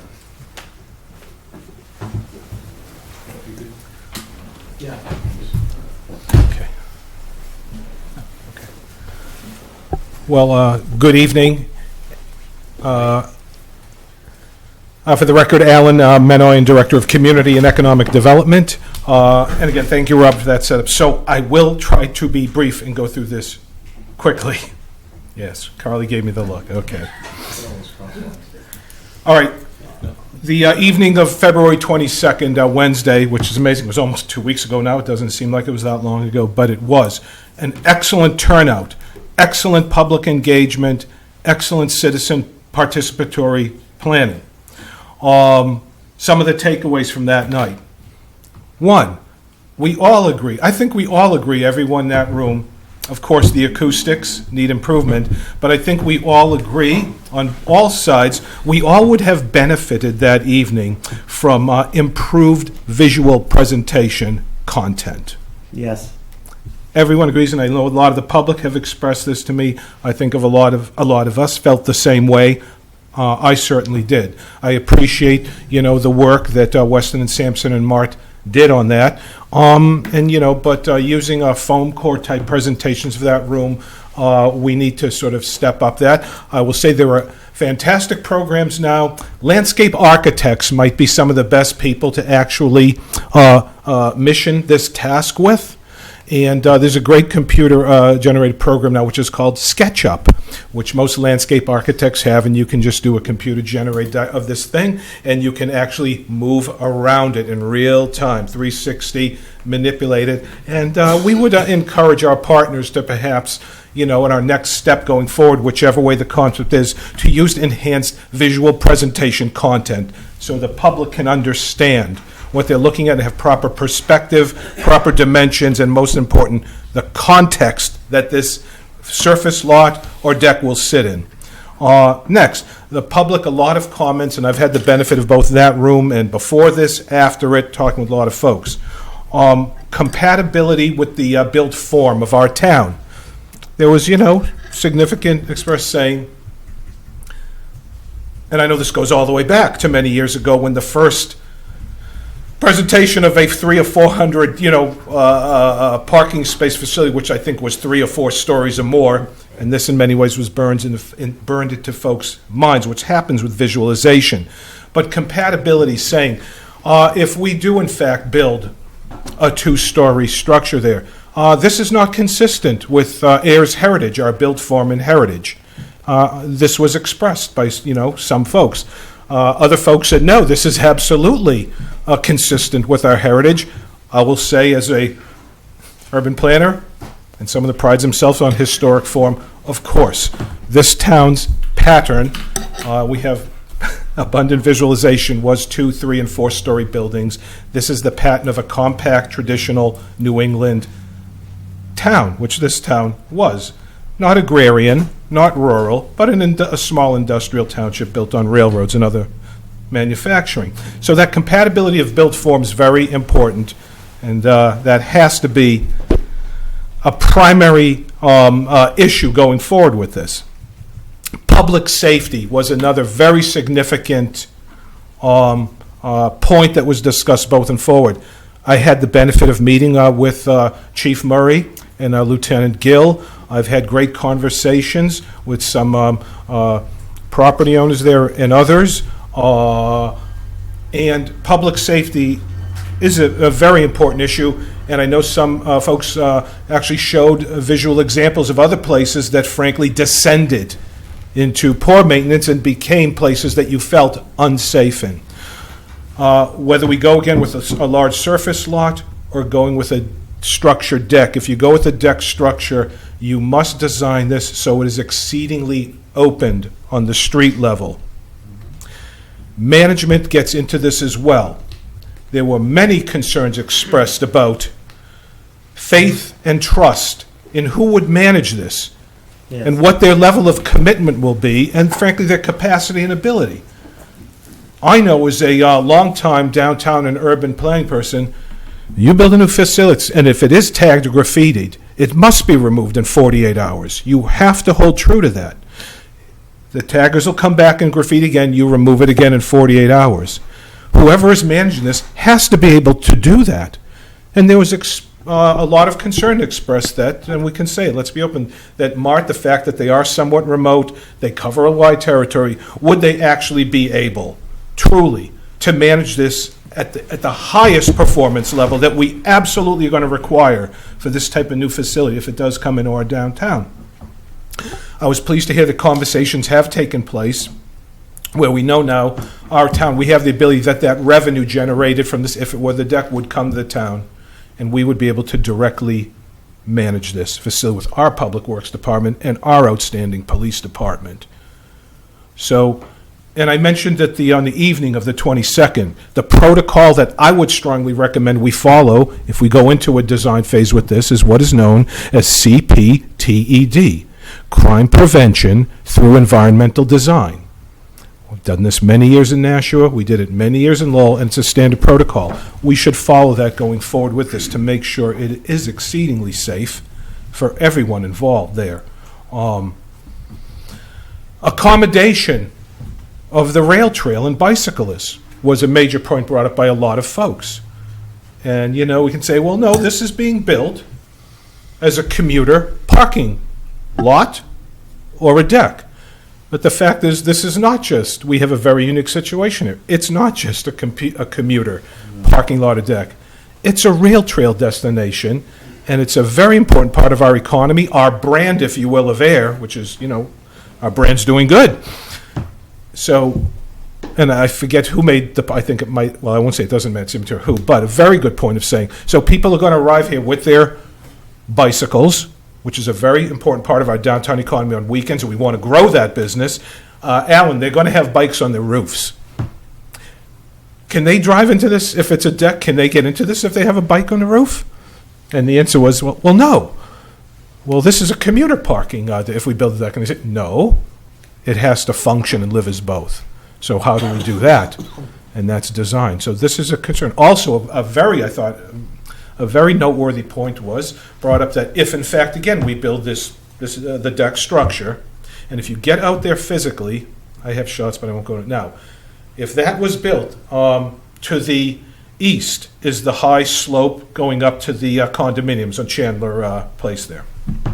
There's the rail trail. If you build this deck structure, what you have created then is a bit of a valley between the building and that slope. This could pose a significant public safety threat, even if you feel it in your gut, that if you're going down there and, for whatever reason, God forbid, you see somewhat of something that makes you feel in your gut, and that's how it hits all of us. I feel threatened. This, whatever I'm heading to, it doesn't feel right. Where is my escape, or where can I get out? This was a very good point that someone brought up. And it's absolutely particular to this location and site. And I've really thought about this as an urban designer, and I think it presents a wonderful design opportunity to say, fine, if it were the deck, that whole first level of that deck, normally when you park in parking garages in downtowns, you pull your car up on the first level, there's usually, a 4 or 5 foot wall there. Usually the guard from headlights and other things you're pulling your car in. What we might need to do on this, and this is where CPTED comes in, if you did have that deck on that side, this might have to be designed so that the side of that building, the rail trail side, it is absolutely open and flush with the surface of the ground. So picture this, and what are there are just the structural columns for it, but the rest of this, and I need to talk with true engineers and guys how you do that, but that you have the option if you feel uncomfortable, I can't go up that slope, but here, this is wide open to me into this wide open platform, if you will, a pedestal deck that I can go into and move through if I had to. So that was just, and this is why citizen participatory planning is so valuable, that items like that would come out of it. Access, connectivity, traffic impact, all brought up by the public. Very legitimate concerns, a tight spot. Everything in there, by the way, as I've learned, is tight. Everything in there is constricted and tight, either by railroad tracks, by water, but it's just the nature of this town, its physical qualities. Groton Street. We got to really think about how you're going to design. The morning will probably be workable early, but when folks are coming out of this in the evening, how is that traffic really going to work coming out of Groton Street? I know some folks brought up, well, can't there be another egress or access way, sort of where New Car is now coming out onto Park Street? I know in my meeting with Chief Murray, I don't want to speak for him, but my understanding, my take from that was they felt like, no, that type of egress is too close to the intersection. It's going to be dangerous for motorists, for pedestrians. And he said, I would really, now that was my take on it. I would want him to confirm that, of course, and make sure I understood that correctly. And then other issues, of course, coming out onto the intersection of Park and Main Street, of how you would move that traffic. So this is a very important issue brought up by the public that we're going to have to work through, however this goes, whether it's a surface lot or a deck. Cost estimates. A number of folks brought up. Where are the cost? How did they do? How did they cost out the differentials between going with a surface lot, going with a deck? How did they come to these conclusions based on cost? Help us understand this. And this is all getting a sense of trust and faith that they really looked at all alternatives, all options in doing this, but really showing, we'd like to, I know you told me you did your cost estimates. We're all professionals, but just show me that. I'd like to review that. This was an issue brought up by the public.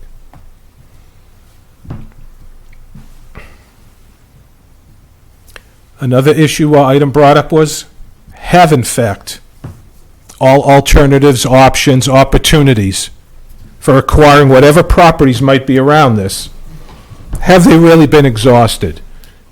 Has everyone been spoken to, all property owners, really, thoroughly and back and forth? Those were interesting points. Mart, it seemed to me, expressed and demonstrated that yes, we have had discussions, but this was something that I felt was still out there and might need to still make sure that people feel comfortable. That every approach was exhausted, those conversations took place, and all was factored in.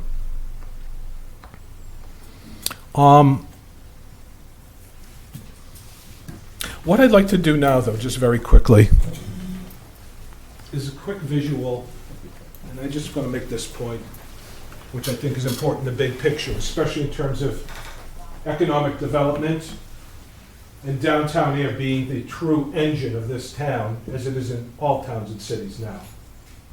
I showed this image, which is our current image, and here you see, of course, downtown Ayer, Main Street. And what we're starting to see now, I do walking tours. I can't wait to start doing them again. I'm going to, I think, do a new tour this summer entitled An Expedition into Ayer's Ever-Growing Parking Crater.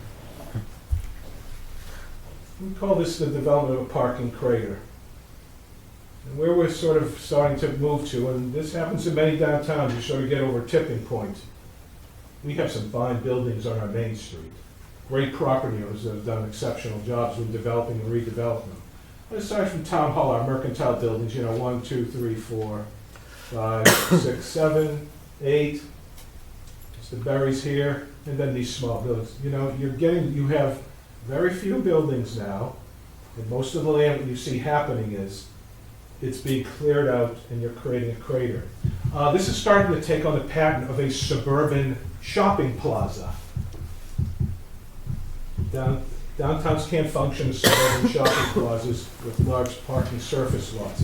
It begins to tear apart the economic functionality of the place, and this is where we're going. Usually this happens in most places you see as a result of urban renewal in the 1960s and 70s. Every city in Massachusetts, New Hampshire, Maine, across the country, we decided we must demolish all this around it to build pockets and of course to remove the slums, as they call it. Ayer never really had any slums. Ayer was not really touched by urban renewal. What Ayer was touched by, though, was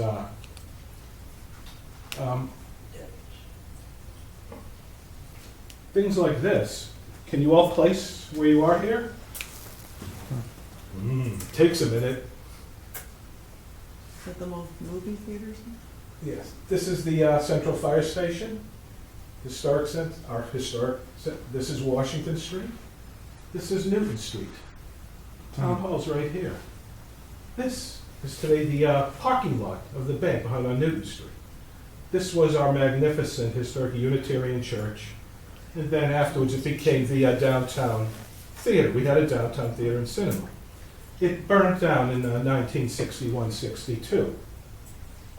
It's interesting, in our downtowns up here in New England, a lot of downtown buildings began to burn in the 60s for a variety of reasons. This was lost. You also see two structures here which, had once, grand structures are lost, and is now a parking lot, which, is very important, I know, to the Page block and all. But you see what's happened throughout is our fabric is being, lost. And as I said on the 22nd, you don't do good downtown parking planning by waiting for the next building to burn down. And that's pretty much how we plan downtown parking in Ayer for the last 30 years or so. Or waiting for the next building to become so derelict, okay, and so dilapidated that I can buy it for the I'm going to tear it down and make it a parking lot. These 5 buildings, 1, 2, 3, 4, 5, right there on our main street. This is a really good example of value and what pays the bills in our town. What pays our police department, our fire department, our school teachers. These 5 buildings on Main Street, believe it or not, comprise a total of 0.80 acres. 0.8 of an acre of land. Not even an acre of land. Is this whole, we really pride ourselves when people say, well, what's Ayer? We always show this picture, right? That's how people, oh, that's Ayer. We're very proud of it. We love this pattern. Yeah? We don't usually show me Ayer. We don't show a picture. Well, let me show you a great picture of Park Street. That's not what makes Ayer people proud. They like showing this. That's Ayer. 0.8 of an acre of land yields for this town. And by the way, this building sits on only 0.14 acres of land. This one sits on 0.20 acres of land. 0.17 acres of land, very small parcels, but total they deliver in yield for our town $4,061,900 in value. $4 million of value, not even on an acre of land. Want to buy it? It's all yours, Calvin, isn't it? No, I'm not even including. Keep going and give me an offer. See? Everything's negotiable. Value, worth. Okay, folks, you see the point I'm making. This, and why is that yielding such value? Because they're not one-story buildings surrounded by parking lots and all land. This is our traditional historic form. By the way, this building's worth even more because it just sold for $460,000 and it's valued much less. Here, of course, is the corner of West Street and Main. This building that was once here burned down in 2012.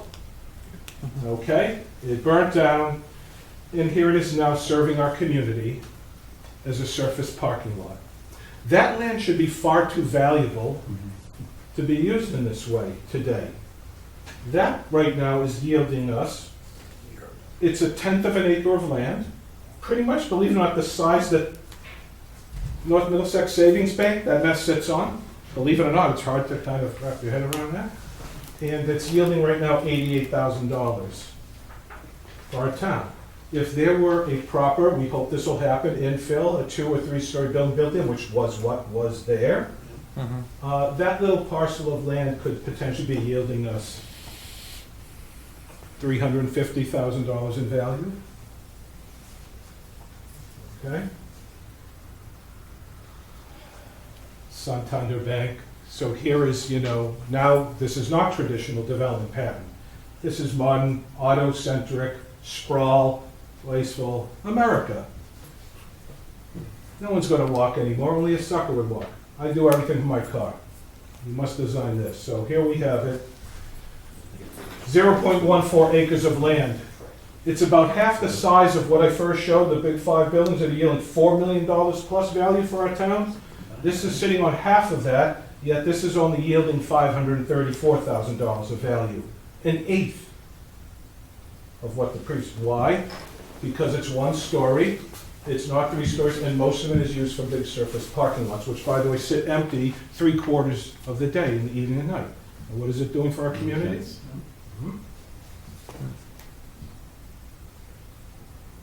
Yeah, I know we do that too. Dunkin' Donuts building, same. This actually sits on 1.11 acres of land, over an acre of land. It's yielding a little more than $1 million. But if you look back on, we only have 8/10 of an acre of land. If you go with the form, 4 times as much value. I'm just showing building form and the context of it. You have to maximize, guys, your land in downtown. That's what's going to pay your bills in the long term. This is the point. And so this is why I say, Alan, why do you seem to be, very much in favor of the deck? Because I am, because I have to be, because I'm a legitimate trained urban planner, and it's just, So you look at this site, the 3 buildings actually that sit here on this land, the new car, the La Cita, and the Vlahos property, believe it or not, they all just sit on 0.31, just 1/3 of an acre of land, all 3 combined. Right now, they're yielding $439,000 for the town. If we go with a deck here and a building, and everyone talks about, wouldn't it be a shame to build this beautiful thing and have these terrible buildings in front of it? The fact is, because now you're going up and you're concentrating your parking, how it should be, not wasting land with surface lots, these properties, this land is going to be some of the most valuable land in this downtown. I would venture to say you're going to see these properties so quickly, those buildings will be demolished, and because you have a parking amenity, just for commuters mostly, but if you do connectivity, and we get the commuters off of West Street, off of Pleasant Street, off from in front of the fire station, off from everywhere else they're parking, people can park there, and the coolest thing about this downtown is you can walk from one end of this downtown in 4 minutes. It's that small of a downtown. So we got to get people comfortable saying, folks, you can park over here on Newton or wherever. We want you to walk on Main Street over here. Why? So they can walk by the storefronts of Ed Kelly, of Nick, and so that you have traffic on the side. You want people walking on your sidewalks. You don't want to, I'm going downtown. Why are you going downtown? Well, I'm going downtown because I have to go down there to do this thing or whatever. So I'm going to drive there in my car, and I better find a parking space right in front of where I'm going. That's a suburban shopping plaza. Why do you, well, I just want to get out of my car, walk in, do my business, do what I'm doing, come out, get in my car, and what else would I be doing down here? We don't have the only green space we have is the beautiful space right here next to Town Hall with our fountain. Otherwise, there's no way for people to spend and linger. You have to design the downtown so that it's not designed for saving time, but it's designed for time well spent. Isn't it fascinating when we spend a lot of time in a place lingering? The wallet starts coming out a lot when you hang around a place for a lot of time. Doing this, I'm here, and you start spending money because I'm lingering, I'm spending time, I'm enjoying. This is what we have to do. This is why the deck is important. Yes, no? I can try it over here. Okay, we'll just rip through these. Okay, we can, good. And the same goes with this. This is an interesting perspective. I probably wasn't supposed to do this, but I climbed up on the beam on the railroad tower. You're here, Oh, so I guess I'm it on works. film now too. Yes, There you're it all is. right. There it is. But just looking down to once was, this was our town square once. It's now a massive surface parking lot. Would you like, Chairman, would you like to linger and spend time here? Yes. Yes, would you? There are great places around here. Carlin's, the medicine shop, and all this, but, so it's the same thing. And we have converted, which was our beautiful town square that once had our beautiful fountain, which is sitting out by the Rotary. David? Bring this back. We need to start designing downtown more for people, less for cars. And by the way, the only way you can do that is we need to start doing what the good Yankees, the Yankees were too smart. The old Yankees that built these places, they never would have spread out spilling of stuff. No, no, no. You build in a parcel, you go up. But our scale was 2 and 3 stories.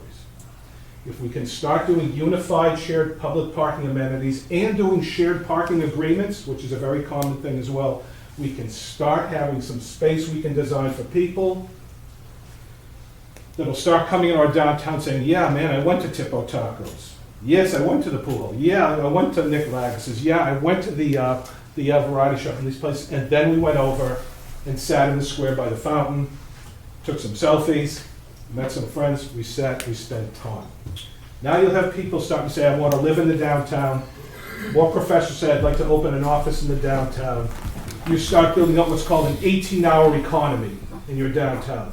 Some people use a place in the morning, some people use it in the afternoon, some people use it in the evening. Believe it or not, all this goes back to this little parking lot we're talking about because it's going to set the standard. If we do end up building it as a surface lot, cutting into that slope and hill by the condos and all this, I'll just say this, I hope it'll be the last of its kind in this downtown. And if that's the way we go, fine. We'll make it a magnificent, beautiful surface lot. I'll say one more thing about if you went with a deck. You can do all sorts of things with structures and buildings you can't do with a surface lot. Let's have our farmers market up on the deck on weekends. Let's have festivals. When I was in Auburn, Maine, we designed the beautiful, what's called our art wall, which was this huge wall that was graffiti in it. And we worked with local artists, and they did changed art installations, large panels, quarterly. Let's line the inside of our parking deck with art and sculpture and wayfinding signage. Let's make it a cool place, a beautiful place, a living place. Then people start buzzing about Ayer, track investment, start doing urban infill, and bring downtown here back to what it once was, which was a really glorious little downtown. This is only going to up ridership on our trains. It's only going to make people want to ride on the rail trail more, and it's going to be good for business. And by the way, if you do that, infill your downtown, and there's a cool thing when you build buildings in a downtown like this on small pieces of land. I'm sure Calvin appreciate this as a developer. You don't have to build any new roads down here for your development. Our roads are here. You don't have to lay any sewer pipes. The sewer pipes are here. Okay, you get in. I think you can make more money developing down here than you can out there. If we all have the same shared thing, and you've got to do shared parking to do that. I went too long. I appreciate your consideration. And downtown Ayer has a rendezvous with destiny, it would seem. Thank you. Thanks, Look at the space that's freed up. Robert, can you go back to that? I mean, you have the entrance, and then the one previous, right after that, probably show the back of it. Oh, yeah. I mean, it really shows how much, look at where the access is, look where that building is. Yeah, I mean, it really shows how much not having that building there frees up. Yeah, right. Handicap parking, turnaround, yeah, straight access, not going in front of a building, behind a building. So, I think that was a good use there. Kind of popped out at me. And the, And I did some shots so you can reference some visual things. wasn't the wall version out of budget anyway?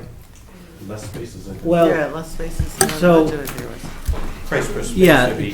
so the challenge on those two concepts are to meet the FTA requirements on the number of spaces. Right. So the deck does that, and then what we're calling the wall is on that, it adds, there are approximately 20-something spaces in a wall. Retaining wall. The retaining wall and the approximately 26 spaces, according to, and I'm glad Alan brought up, because it's brought up by many from the public, which is a frustrating piece about the costing. But we were told that estimated to do those 25 spaces in that retaining wall is approaching $1 million, which just for that.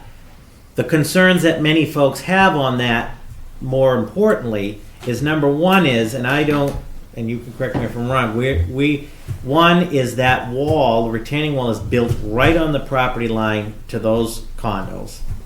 Number two, the wall itself creates a giant potential maintenance issue in terms of graffiti problems, but weeds and so forth. And the third thing, as Alan in previous presentations has demonstrated, that used to be the rail line and the rail. There is arsenic and cyanide from rail operations contained in the soil. Chandler machine in the shop. Chandler That's what's machine on shop. arsenic and nickel in the One of soil. the concerns is in order to build that wall, there'll be some excavating which could open up a hole. The 21E for either the surface or the deck concept is clear. The concern is that excavating there. They have to be remediated. Yeah. Remediate. Brownfields grant, 2 years. Yeah, 2 years and no money. Right. Right. You should also mention that, when they had the charrette years ago, the deck concept was one that was approved. Yes, what came out of it was doing a surface or single deck at the hybrid lot. And here the concept was, and this is from my take of doing a deck, but what they were talking about was cutting, if you're standing on Park Street, looking up, cutting into the whole slope there, cutting into that, excavating out, and building sort of the lower deck into the slope. This is what we call a parking cave. Yeah. That's You didn't- dangerous to go in a thing like that and have. That's what I would add to, if the properties were, let's say, went through on Park Street, no one's taken into the count the elevation change there. You have the upper lot that's 6 to 8 feet higher than the lower lot. Yeah. You're looking into a lot more engineering, a lot more design, a lot more costs on top of purchasing the properties. Yeah, it's more need feet too. What's that? I'd say Yeah, so. I was being conservative. I think you're right. I think it's much higher than that. Tom, 1 minute.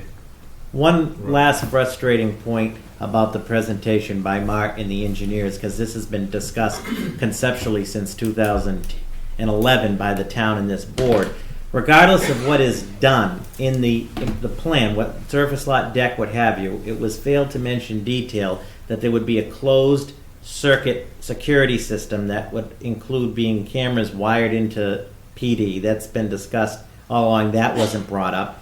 As we heard on the deck structure in general, and as Alan mentioned, is open and all of the LED lighting and so forth. So I think a lot of things, even in the concept, I think the security concept by the engineer and Mark really was just skimmed over, which was unfortunate because all along we've maintained whatever this was going to look like is a high level of professional security. I would say their presentation here a month ago was that when we brought up handicap spaces, they kind of looked at us like we were.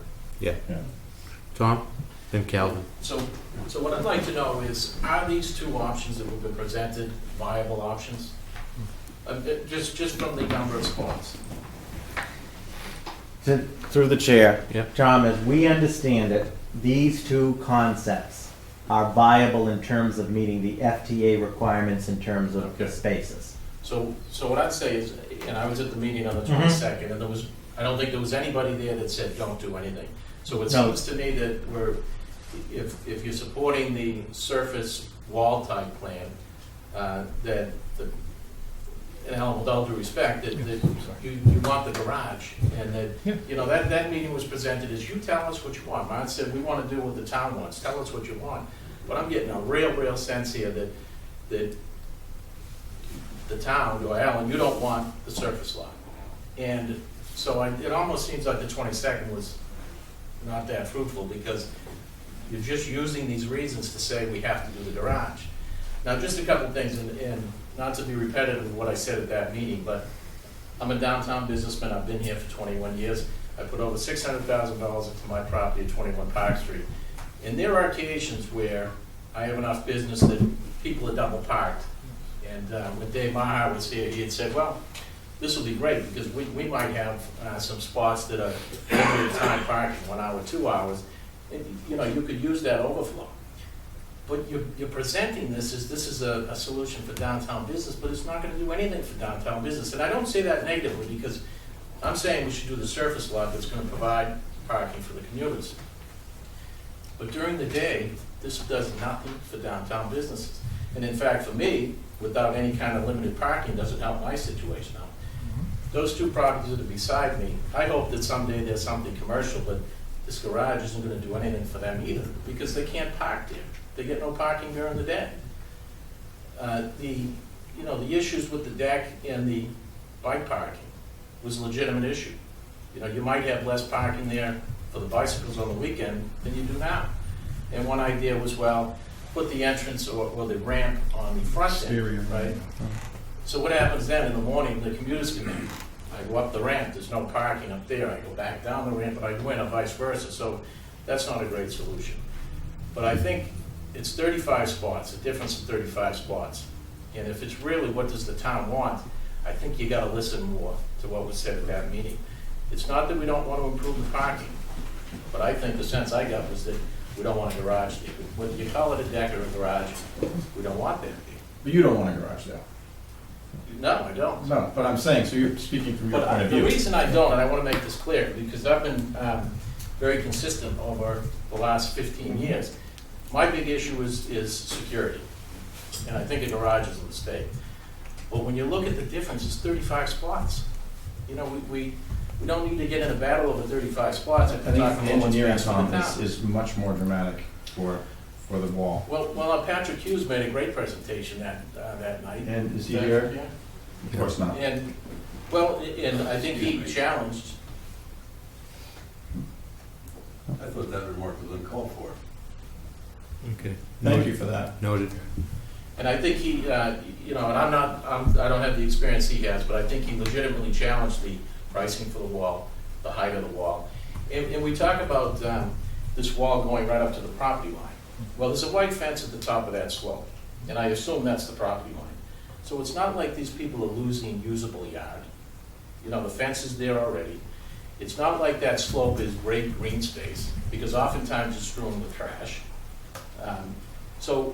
I think, I hope that the selectmen listen to the townspeople, because if it's really what do you want, it may not be the garage, and I just want you to listen. Tom, I don't think it's a garage. It's a one, that's I'll what I call it consider. garage, Jack. And It doesn't matter. it has not, it doesn't have to do with not listening to the town people. We do listen to the town people. It just, there's maybe a few people that agree with you.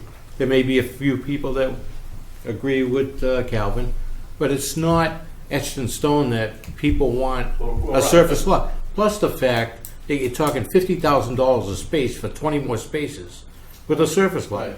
So, but both ideas are viable. So that's where you're going to start from. So now, what is in the best interest of the town?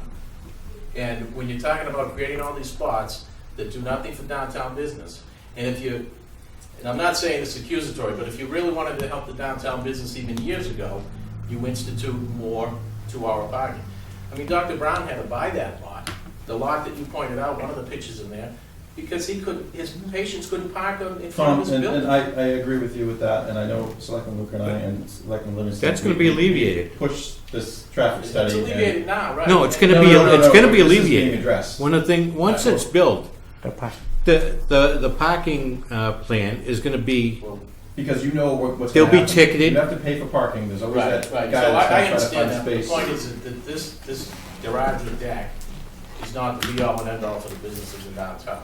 And one last point, and I don't know if Mr. Berry was approached on his spot, but I think when we left that meeting, the idea was that Mark would approach him. So the Villa House and the old restaurant are probably 7,000 square feet. And I'm guessing that Mr. Berry's lot is that and more. So if we're talking about, geez, we could have done it if we had those two spots, I'm sure we could do it if we had Mr. Berry's building. again, that's, Could I just respond Go to a ahead. couple of Go things? ahead. No, and I appreciate Tom, and, I mean, I know, I'm here, and I said, you said, well, Al, you want it. I do not represent Al Minoyan. I'm a public servant employee of the town, and I'm here to make a professional recommendation, okay? Just like I know you do in your Yeah. professional life. So that's what I'm here to do, and I have to do that in terms of that. I appreciate what you're saying also about this is not gonna help, and any of our other downtown businesses. But I think, the point I was just trying to make of this all came from the fact that there were 300 commuter cars parking on our neighborhood streets, our commercial streets, and all this came from, I have the petition from the merchants from all those years ago that they said That we was must. here, right? Right, okay. And what I really hope though, right, you, Tom, that the garage, the garage, see, I said, right? If it's built there, it's for commuters and cyclists, but more people then will be able to park on West Street, as I said, and these others, and simply walk around the corner of the Park Street and do it. And Tom, this downtown has to get to a place where people start feeling comfortable, because we know the downtowns we like going, that's what we do. It's not a problem walking 2 minutes down the sidewalk. And that's how you fill a sidewalk with people that look at window displays and are stimulated to go into shops and say, gee, I didn't know that they wouldn't done, Tom, if they just went to where they were going, park in a lot next to the building and left. You've got to get people on these sides and get them comfortable with that. We have a healthy downtown, it's safe. People walk on these sidewalks in this downtown, even though they're strangers, they'll actually make eye contact, say, hi, how are you? This is a wonderful downtown to walk in. All of that I agree with. And Okay. the unfortunate thing is, I'm not saying abandon that lot. Yes. And the difference of what you and I are talking about are 35 vehicles. And if you had very property, you're probably talking the difference of about 20 vehicles. So it's not, I don't oppose what you're presenting. Yes. I just think that, if it's truly gonna be what's good for the town, you're gonna listen. And that meeting on the 22nd, it seemed to me that, most people were looking at the surface type block of the wall. And one thing I'd say, and again, this is what's frustrating for me. We've got two viable options, but cost. Or if we cut into that wall, we're gonna have some contamination issues. Well, I hope that the town is gonna do their due diligence before, and you're not gonna buy the piece of property if there's contamination that's gonna be, whether you cut into it or not, that's gonna be a problem for the town. Mr. Chairman, Tom, all great points. I think there's an important distinction, though, that needs to be made. What has been presented are two viable concepts, and what I mean by that is we're at the conceptual phase, and in managing everybody's expectation, including the Board of Selectmen, we have to come to a point where there is some kind of consensus on one of these concepts. And then there's still a lot of work to be done involving the public to make this then a viable solution. Because I know there are members, for example, from ADSAC that have been asking for over 6 months on the costing of the wall, the costing of the deck. The questions brought up about the wall. So what I'm saying is they presented two viable concepts looking at the issues of spaces. There still has to be consensus on one or the other or some permutation of the two, and then the real work, including the public, to drill down all of the specifics to make sure that it works. But we can't do that unless there is a concept advanced. right, Mr. Calvin? Chairman, I guess a couple things, is one, I want to do a little correction. The town approved, agreed or wanted whatever the two-story building. That's when they were going to go down to the level of Park Street, not to the level that it's on now. And that's a big thing that we were going on way back then. Another thing is too, is the amount of money that MART is offering the Vales and also the Cedar, it's short of parking meter money. It's less than a third what the town's been assessing those people for the last 15 years. That's a joke. And the most important thing is that we've been on this for so many years, is I think what has killed it every single year. Yes, we need parking, it's out of control. We, the people on Main Street, do not trust MART. Period. And if it wasn't for MART, this thing would have been built a long time ago. Muhammad and his crew, his job security, we do not trust those people. Period. And it goes back to the security of the bathrooms, what they want, and what their track record is. That's a partner I would not want to be in bed with. I give Mr. Diamond. Oh, sure. Go ahead. Hi, I'm Pat Diamond. I would like to just add a little bit to what Robert said earlier about the FTA grant. This FTA grant, and I, because of the questions we were asking and for information, it was very difficult to find. I did a whole bunch of research, and I discovered the federal rules that govern all transportation grants from the federal government to regional facilities. It is called MAP 21 as part of FTA. I have a copy of it if anybody wants to read 600 pages. In there, it clearly states, as Robert said, that the regional authority is to attempt to acquire properties as necessary for a project completion up to fair market value. That's what it says. You go about 60 pages past that. It's under the section of the MAP 21 that is called contingencies. And in there is a codicil that says, if part of the property that's trying to be acquired that is critical to the completion of the project has a cost greater than fair market value, the regional authority has a capability of paying more by going through the grant process to get approval to do that. I've asked Bruno 3 times, have you done that? And he gets a blank look on his face. I think as we go through this whole process, and I really appreciate what you had to say, and you do, Calvin, I think this is one of the things we need to make sure that MART does in their due diligence, that they explore the possibility of being able to pay more for the property than what their appraisers consider fair market to what the market really demands, as Calvin has said. Chris, did you? The problem with that, Pat, I actually wanted to respond to Calvin, is we don't have endless funds here. Well, that would have to come out of the grant. But again, you know, we're taking away, I know what you're saying, and I know you explained it to me before, and I'm glad you found that, but if we had $10 million, obviously we'd have a lot more leeway. And back to Calvin, I know people think that the Board of Selectmen are just, you know, I trust MART as much as you do. I do. I've been on them since, I mean, there's been a lot of people in this room that have seen my emails back to the MBTA and state that have questioned their ethics. I do have a lot of respect for Mr. Fisher. I think he's a little different than previous. But no one here is letting them run carte blanche on this, and I can assure you of that, because I'm well aware of the previous, with negotiations with the landowner over there, found out some interesting things from the past and stuff.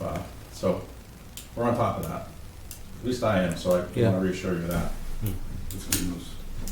I don't believe any of us have ever said we trust MART. In fact, we've numerous times say that we don't. I get nothing against them, but. Well, they're an entity. You know, there's an individual, there's an entity, and they're an entity. They're a government entity, so right there, there's going to be no trust. You all set? Okay. Alan, you're all set? Yes, sir. Thank you. Anybody else? Yes, I have a few questions. Would the town consider giving owners of those properties tax credits? I can't talk to that, but. Is that an option? In lieu of, for what? Paving. To purchase the lots. Additional supplementing funds. Yeah. That way you can try and. You mean offset on another, like a. Yes, exactly. On another property, or? That might cut the timetable. See, I personally think that you need as much surface as you possibly can purchase, whether you put a flat lot or an elevated deck. What I still haven't heard is how much does it cost per spot, per idea? Can anyone answer that directly? You had a figure at the meeting. We can get that. There is an estimate on both of the I scenarios. think that's very important for our decision making and whether you attempt to do side deals to increase your square footage or what the project is going to cost, because as you said, Mr. Hill, that money goes very quickly and our purchasing power has been diminished, and every day it is diminished. You are absolutely correct in that. I'm not very trusting of the engineering firm that the town has put this out to. I took great stock in the gentleman behind me, Patrick, I believe, when he said the drawing is not accurate, the presentation was not good, and they really didn't answer the public's questions well. So I'm not sure if we could see revised drawings. I think that's a reasonable request to see what in fact we're getting into. And also, in Alan's parking crater, he's spot on, folks. This town has had a parking problem for 30 years. And it kind of was, when's the next fire? We'll buy the building and we'll put spots there. So I understand in some ways we want to end this blight, and that it's important for revenue to stop demolishing buildings because the commercial tax rate is very high, folks. And it would be nice to bring more businesses to Ayer. And it would be nice for the downtown to be friendlier. I think we all agree on that. Now, I just have a couple more thoughts. I didn't understand exactly how the parking lights and the overall plan for handling traffic through the town at peak hours was going to happen. I thought I took away that there was going to be at least 1 or 2 lights. Am I correct in? No, I don't. Pedestrian light. Pedestrian light, no. Okay, because the other day I believe there were 2 police officers directing traffic on either end of the town. Every day. Every day, I know. So, in our studies, and I know we've had a lot of parking studies over the years, what is a possible recommendation to try and subvert some of the traffic through the town? Has there been any ideas addressed in these parking studies? I can't recall that. If you. Well, there was a study that looked at the intersection of Park and Main and looked at some number of different options, and I actually took some of those concepts and pasted it on the deck plan to see how it would fit with the round, and I like the roundabout idea because I think it's you're not relying on lights, you're not relying on people being in the right lanes, and they work pretty well, and it also is a nice impact on the town. You generally have planting in the middle. At the end of the park? Is that? At the end of Park and Main. The problem is you need to take some of that Santander Bank property to do that. But when I kind of was laying it out and I looked at, if you took that, if you had the bank building and the old Fresh Air Sports building, the Worthingdale property, you could have some additional surface parking in that area and also have the ability to have a separate entrance into the surface lot off of Park Street. You probably don't want to have an entrance in and exit, but you can have an entrance going in. And you could also have some open space there with a small park or something like that. So it was just a concept that I came up with that looked like if you had more property, and what I wanted to do was look at a master plan and say, let's not build something and then say, oh, we didn't think about this. So that's kind of what I was playing around with. But I think you need to do something at that intersection. I know the engineers talked about a Groton Street intersection, striping it out for a right and a left lane, and there shouldn't even be a left turn there now. I agree. But now you add another 60 or 80 cars coming out of there. And there is a police officer there when the train comes in. And not to get off, I mean, David's point is, regardless of this, that has to be addressed in the future. The roundabout or the train station wasn't here. The amount of traffic that flows through the town now, just to go to various other points is obviously increasing, so. Mr. Diamond, 1 minute. Yeah. Gentleman in the back. Hi, Bob Coleman. I'm actually a resident in the Chandler Place condos. Yes, and I appreciate it's a difficult situation. So I'm not sure this is helpful. It's neither of the two proposed situations is really good for us. I just didn't want, it seemed to, there was a suggestion that the open lot wouldn't impact us so much. But what you're calling a wall, we call a cliff. We have kids playing up top there, and the fence is only decorative. It's not, we're not fond of the parking lot idea. I can't offer you, we've never had a consensus or anything. I just want you to appreciate that neither option before us is a good thing for us. Are you gonna stay in the communication part of the town, or are you gonna quit that? We'll see what's going on.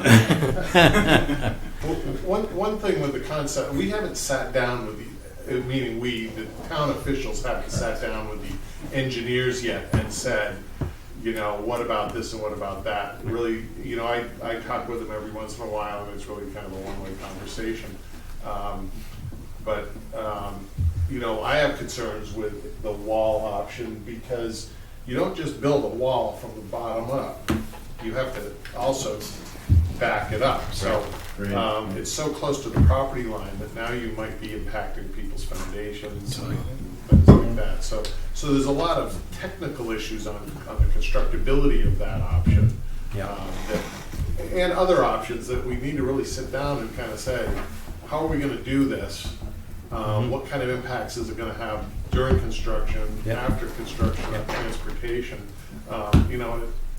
And that's really, from an engineering point of view, that's how we analyze options and come up with a solution. Mr. Diamond, we're gonna end this up in like 2 minutes. Yeah. There's two things. One is going to be a question, but that'll be the second thing. I would like to offer a thought that it strikes me, and I think it strikes most of us here, including you folks, that there needs to be a more consistent, more frequent communication between the town's community and the people that are going to be making some of these decisions in our stead. And I would like to offer anything I can do to help make that happen. The other thing I would like to ask is, before we close, can you share with us what the next time schedules are? When do we see Mart again? What's the process as you guys understand it, if I may ask? Well, that's a very good question that is posed, because, and back to what Tom said earlier, having been there at the February 22nd meeting that went for 3 hours and 45 minutes, which was great, and there was a lot of discussion and questions and so forth. But having been at that meeting, there was no, and others can correct me if I'm wrong, but from my vantage point, there was no clear consensus on either scenario. We didn't take a vote or do a poll or anything, so it sort of just ended. And Alan and I and others had discussed this with Mark and others after the meeting. It just ended. It was a great discussion and so forth, but in the end, the expectation, as I understand it from Mark and Weston and Sampson, is, and it's a question to the town, is what concept do you want to move forward with? Because the other thing we can all appreciate, as Mark mentioned, all of this due diligence and so forth, and work out all the details on a concept also does cost money, something that we're on a very short budget with. So that's why part of the reason for tonight was to brief the board and have further discussion as to, in terms of the next steps. Conceptually, the next step, the next step would be they're waiting for the town to authorize a concept for then the next step, which is all of the further details, to even include if the concept is a viable solution in that sense. Because as Mark brought up and many others have brought up, there are a lot of big questions and detailed questions besides the concept. And there have been members that have been asking for 6 months. Some of that's the costing. We don't know what is the cost of the wall exactly. I mean, there's been numbers thrown around in presentation. What's the cost of the wall? What's the cost of the deck?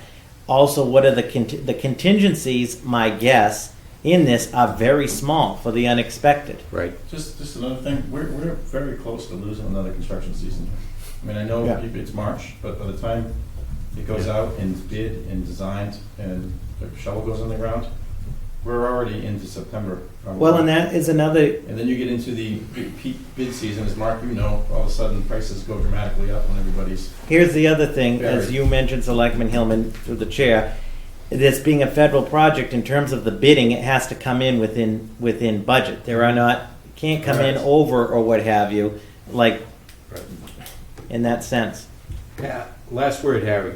Okay, further to that point, I know that Alan has asked Mark, based on Patrick Hughes's review of their sketches, to present an honest perspective that gives, the actual heights of buildings and doesn't misrepresent the data the way the things they showed. I'd say more understandable instead of honest. Okay. If you're saying I said it, okay. Yeah, I'll accept that, but to redo those with the view towards them being more realistic. It seems to me that it's fair also to ask, since what they say to us is, well, that's going to cost too much, and that's the trade-offs to these costs that we have to do it this way. If they're going to make those kinds of comments, why can't they share the spreadsheets with us as well? I agree with that. I mean, you say it costs more, but show me how much more. You got to show, if this is going up, is this going down? And you got to show the full picture. So I think they ought to share the spreadsheets with us. That's a good question to ask them. I'm sorry, we got more business to do, and I didn't want to hear from Calvin anymore. So. Hey, I was a lot briefer than Alan. Everybody was briefer than Alan. Hey, folks, honestly though, I mean, sorry, Gary, we're in this together. I mean, this is not we're in Mark's back pocket. We are ultimately want the best possible scenario for everybody and everything. So I know there's been some comments that we're not listening and all that, but we're not. I have no affiliation to Mark. They're not my friends. I don't care if I hurt their feelings. They're working for us and we work for you. So, I mean, ultimately we're going to do the best. Just one quick thing. In Robert's office with Carly, you said we need to do this so we can clean up Park Street. They've got to go back and give those guys some park that they can accept. I'm disappointed on the Park Street stuff too. It's the appraisal. It's the appraisal though, Yeah. that's the thing. I mean, Listen to what he said over here about getting more money. But It's not getting more money, it's accessing the money that we still Getting have. approval to spend more than fair market, but you Not gotta a federal spend. money. What does that get us? But- A dirt road to the You don't get more station? money, you just gotta. We got to look at that, but anyways, thank you But very you much. also stated in that same comment earlier that you said in order for them to be able to go ask for more money, is it pertinent to the design? Correct. So if they're not saying it's pertinent to the design, they don't have to ask for more money. You're absolutely right. And there's where it is, Yeah, because really, We've- they've kind of established that it's not. If it's not critical. Oh, I'm not the chair. Completion of the project. I started So you're I started turning to somebody. We got- Oh, let me do that. We got work to finish this day. Thank you, everybody. Good night, Alan. Thank you for recognizing me, Chair. Night, Carol. There might be other problems with the 21E along that strip. So that might be the cost or the reason why once things start to be done. Kathleen, you asked the next step. I know Mr. Diamond did too, right? Is that what you Yes. filed and happy? What's next? What's next? From the perspective of the board, from the perspective of the community, what's next? Robert, what's next? Well, I mean, that- We with Mark next? Yeah, I mean, we have transmitted all of the public input to Mark. You were there, Kathleen. One of the things you've been asking for over 10 months about the costs is a key thing, the cost analysis. I think in the terms of the next steps is that the town interface again with Mark and the engineer, given all of this information, including tonight, they're aware of the previous stuff, and figure out what the next step is. But I think the elephant in the room, and maybe there's a better analogy, the bottom line is we're going to have to come up pretty soon with a consensus on one of the concepts. And some folks have said to me, well, what if you took both concepts and drilled them down and did the due diligence? The costs, the preliminary engineering costs, and the cost that might would occur to take two concepts to the next design phase are a deal breaker in terms of the money that's available. Right. So we need to come up with one of the concept. Now, they presented these two, and one thing I think we agree, I mean, there was nobody jumping in the streets that liked any of them entirely. That being said, in all fairness, there's been no viable conceptual alternative presented to the town from anybody. In other words, there's the wall concept and there's the deck concept, and I'm making it oversimplified. And I understand there's issues with both of those, but we're going to have to figure out which one to take to the next level, or if there is a third alternative, nobody has brought that forward. When are we meeting next with Martin, or deciding on which concept we're gonna have? Is there a time? Well, I Is mean, what Kathleen obviously, Mart and the engineer's preference would be to have at least a green light on a concept to further advance by the end of this month. That's their preference based on all kinds of timescales, including costs. Okay. If anybody has any other questions, they can direct them to Robert, and we can, or Alan, and we can include them in the talks with Mart, which I'm willing to bet the next meeting or the meeting after that, Kathleen, Mart will be here. Can we meet with them previous to last meeting, or at least some representative? Sure. Yeah, I mean, yeah. Okay, all right. Yeah, and what I would say is, what I would recommend is that, you know, we kind of throw out the pros and cons of everything, but no one really ever states it. And, you know, when you're doing an engineering analysis, what you do is you say, here's the advantages and disadvantages of this option. Here's the advantages and disadvantages. Here's the costs. Here's the alternatives. Right. And then we're not all kind of second guessing everything. So I think if they present something to the board, they need to have that Yeah, there has to be analysis. there has to be cost benefit analysis in there and everything else. Right. And we should be looking for that. I agree. I mean, Okay. so maybe the next meeting is the discussion with that Yeah. analysis side by side based in the substantive merits. I think that would be great. All right. Thanks, folks, for being patient. Yeah, right. Right. I mean, not that I want to miss that night, but. Thank you. Robert?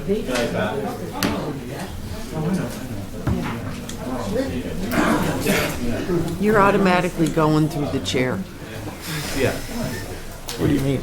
You're automatically going Yeah. through the chair, so you don't have to say it. Okay. Robert? You're on again. Oh. Yes. Administrative update, do we need anything there?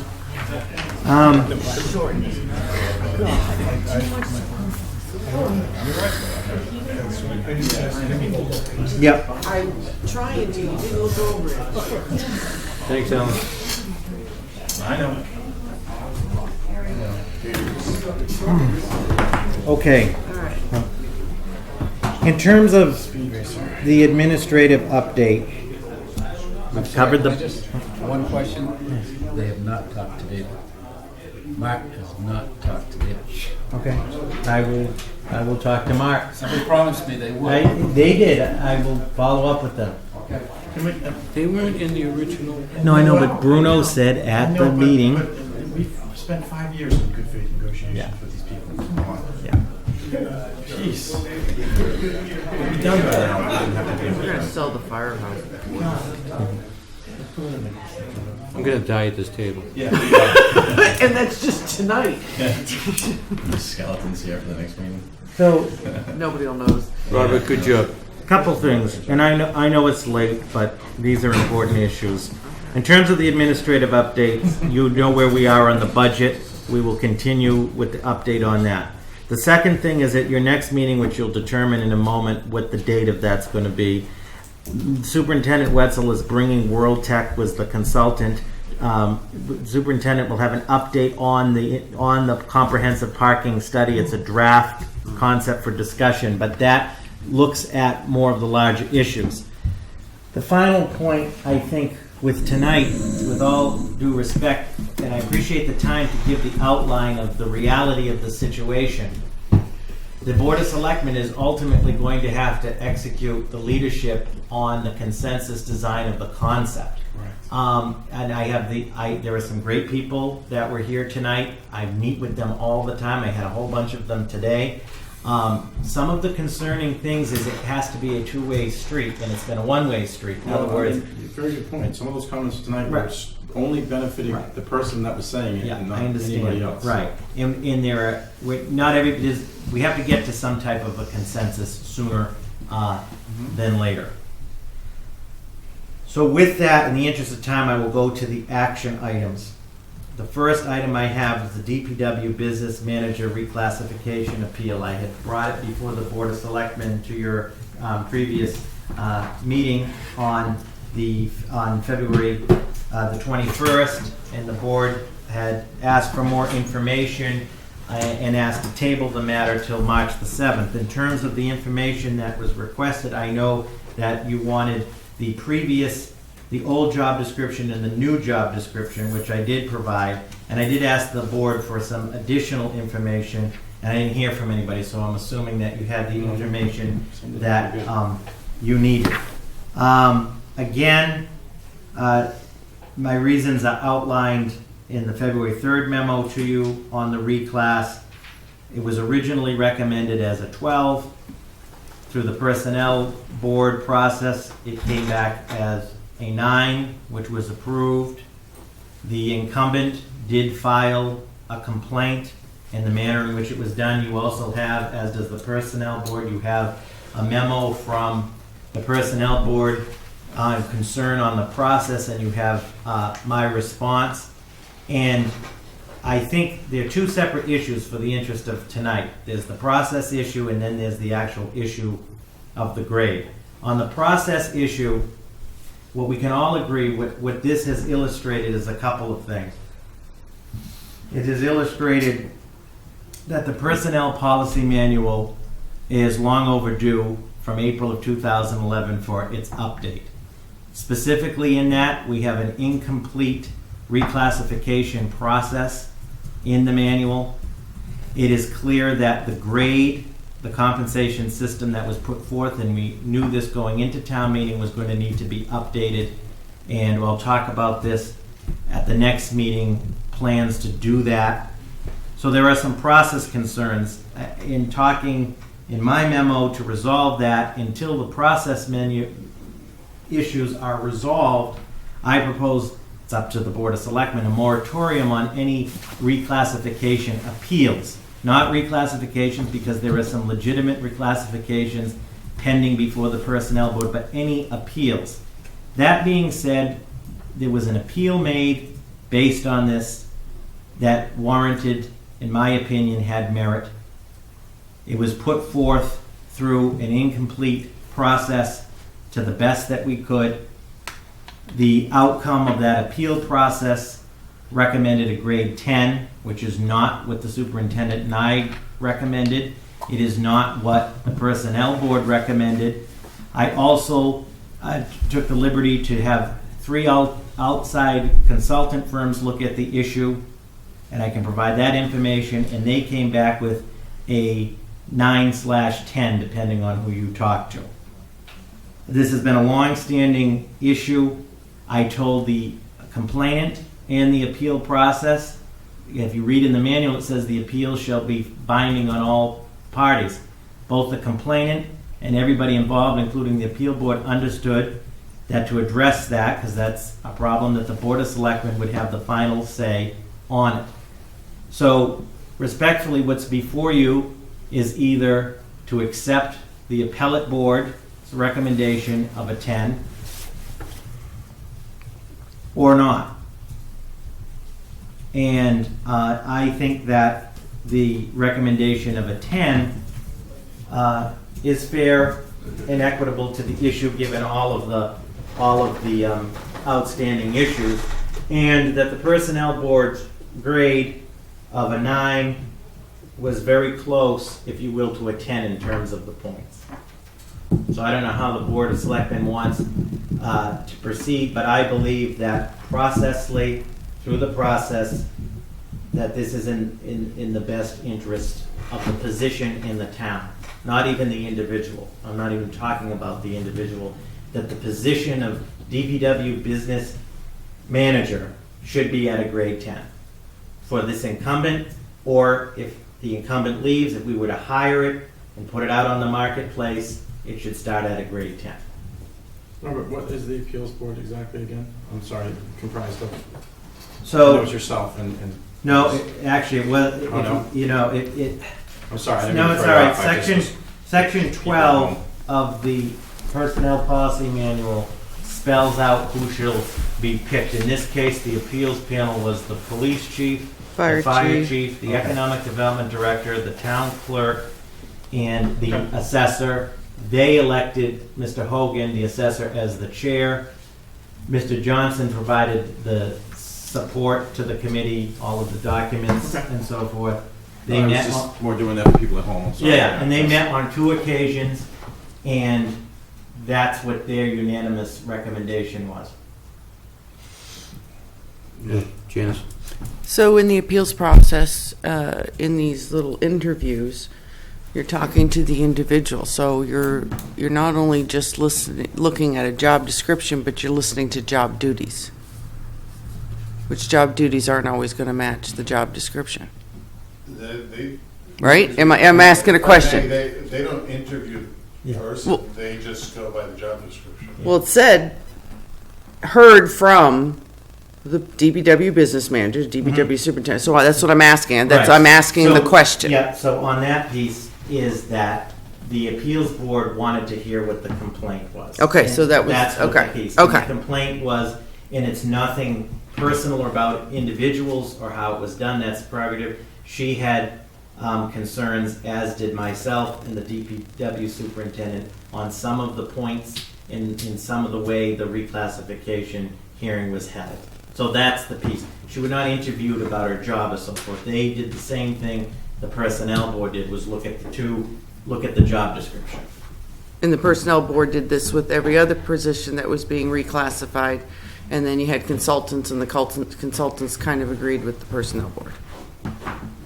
No, in this case, there were multiple reclassifications that were done. In this case, the individual. But we're talking about this one. This one. No, on this one, on my own, and this was not even provided to the appellate board because I didn't want to keep them completely neutral. I consulted with 3 outside firms on the issue, and the 3 of them, one came back as a 9-10, one as a 10, and one as, I consulted with Don Jacobs, which is a consulting firm, actually had it at an 8.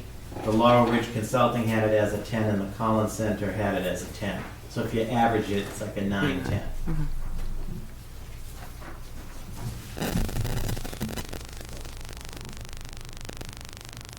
I was just thinking, do I have to make a motion to extend past 10 o'clock? That's all. No. All right, we don't do that. That was the previous. All right, good. Just making sure. I've conflicted with the personnel board on a couple different things, especially on the study. I know there's some positions that were spot on, and there was also some that were way out of whack. I think we agreed. I trust Robert's, and I think you were higher than the personnel appeal board, right, Robert? I had it as a 12. 12. And I trust that. I mean, the process, that's why I asked who was on it too, to see if it wasn't people directly in contact with the person who we all agree is a great employee. But that's separate from this discussion. So, I mean, I'm okay with the appeals process. I mean, everything's been followed. That's just my opinion. I'm not making a motion. I'm just throwing that out there for discussion. What are we discussing? You're babbling over there. You're like, blah, blah, blah. Because I'm tired. I know. That's why I'm like, you're like, blah, blah, and I'm like, what are you Spent 2 hours saying talking over there? about surface lots. I'm saying that the process was followed the way the process was set up. I've disagreed with some of the personnel boards. I mean, the personnel boards is following what the woman was hired that did the job descriptions, which I respect. But we found that to be off on a few different things. Not all, but I think Mark was one of them that we didn't agree on. I'm saying that going off Robert's initial recommendation, based on the personnel board's recommendation through the appeals process, I found the appeals process fair. The final process. Do you get what I'm saying now? I think No, I sorry, finally did. I was So, falling asleep. well, irony is that when we were all arguing, and I wanted to watch the video, I couldn't find the video. Yes, I know the video's out there, but I could not find it. That doesn't mean it's not there. It just means I couldn't find it. When we argued about this one last year, I recommended going up a grade and one step over. That would have gotten, so we're kind of like back at where we discussed. So as I stated, the last time we discussed, since I had already just felt that that would be acceptable a year ago, I'm here a year later, I still find it acceptable, so there's my discussion. No motions. I don't know. We weren't sure if you were discussing. We're getting tired. We're getting punchy. No, I'll just offer my nickel here that I don't think it should change. I think that we get in the habit of people stepping out looking for more money. The position was just created a couple of years ago.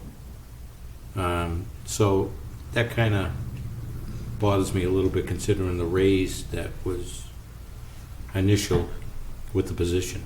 So I understand that went through the process. I understand the process, what the process is. I don't agree with it, but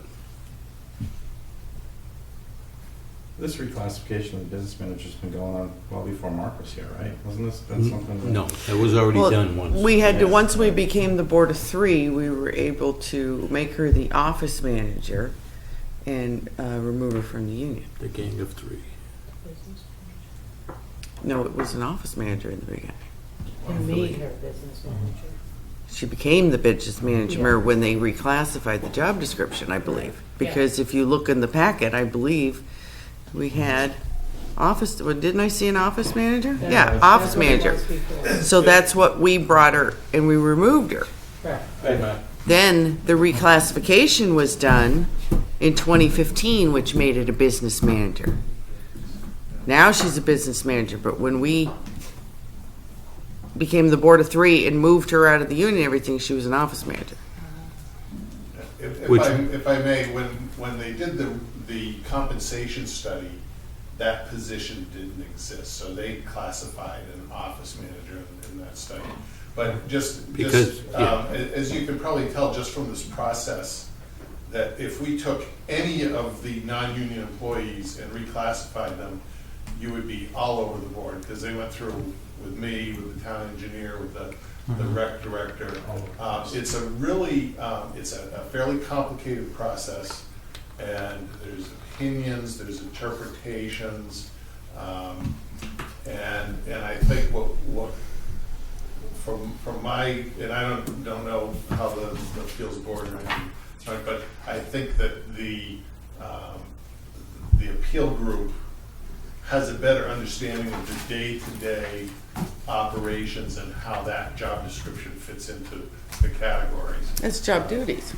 What's that? That would be job duties. Right. But job duties cannot be the same as the job description, because they look at the job description. Right, but what I'm saying is you can't then think of the duties, because just because an individual is going above and beyond the scope of the description. I'm not saying they did. I'm saying you kind of started to. You kind of started to say that. So, but yeah, you're only supposed to look at a job description. What I meant was that I don't have an understanding of when it says something in the job description, what that actually entails. Well, I think the rest of the boards do too. But. Based on the the Personnel Appeals Board, and based on the original recommendation from both the town administrator and the Personnel Board, I would like to make a motion that the DPW business manager be classified at a grade 10, step 10. Was that the recommendation?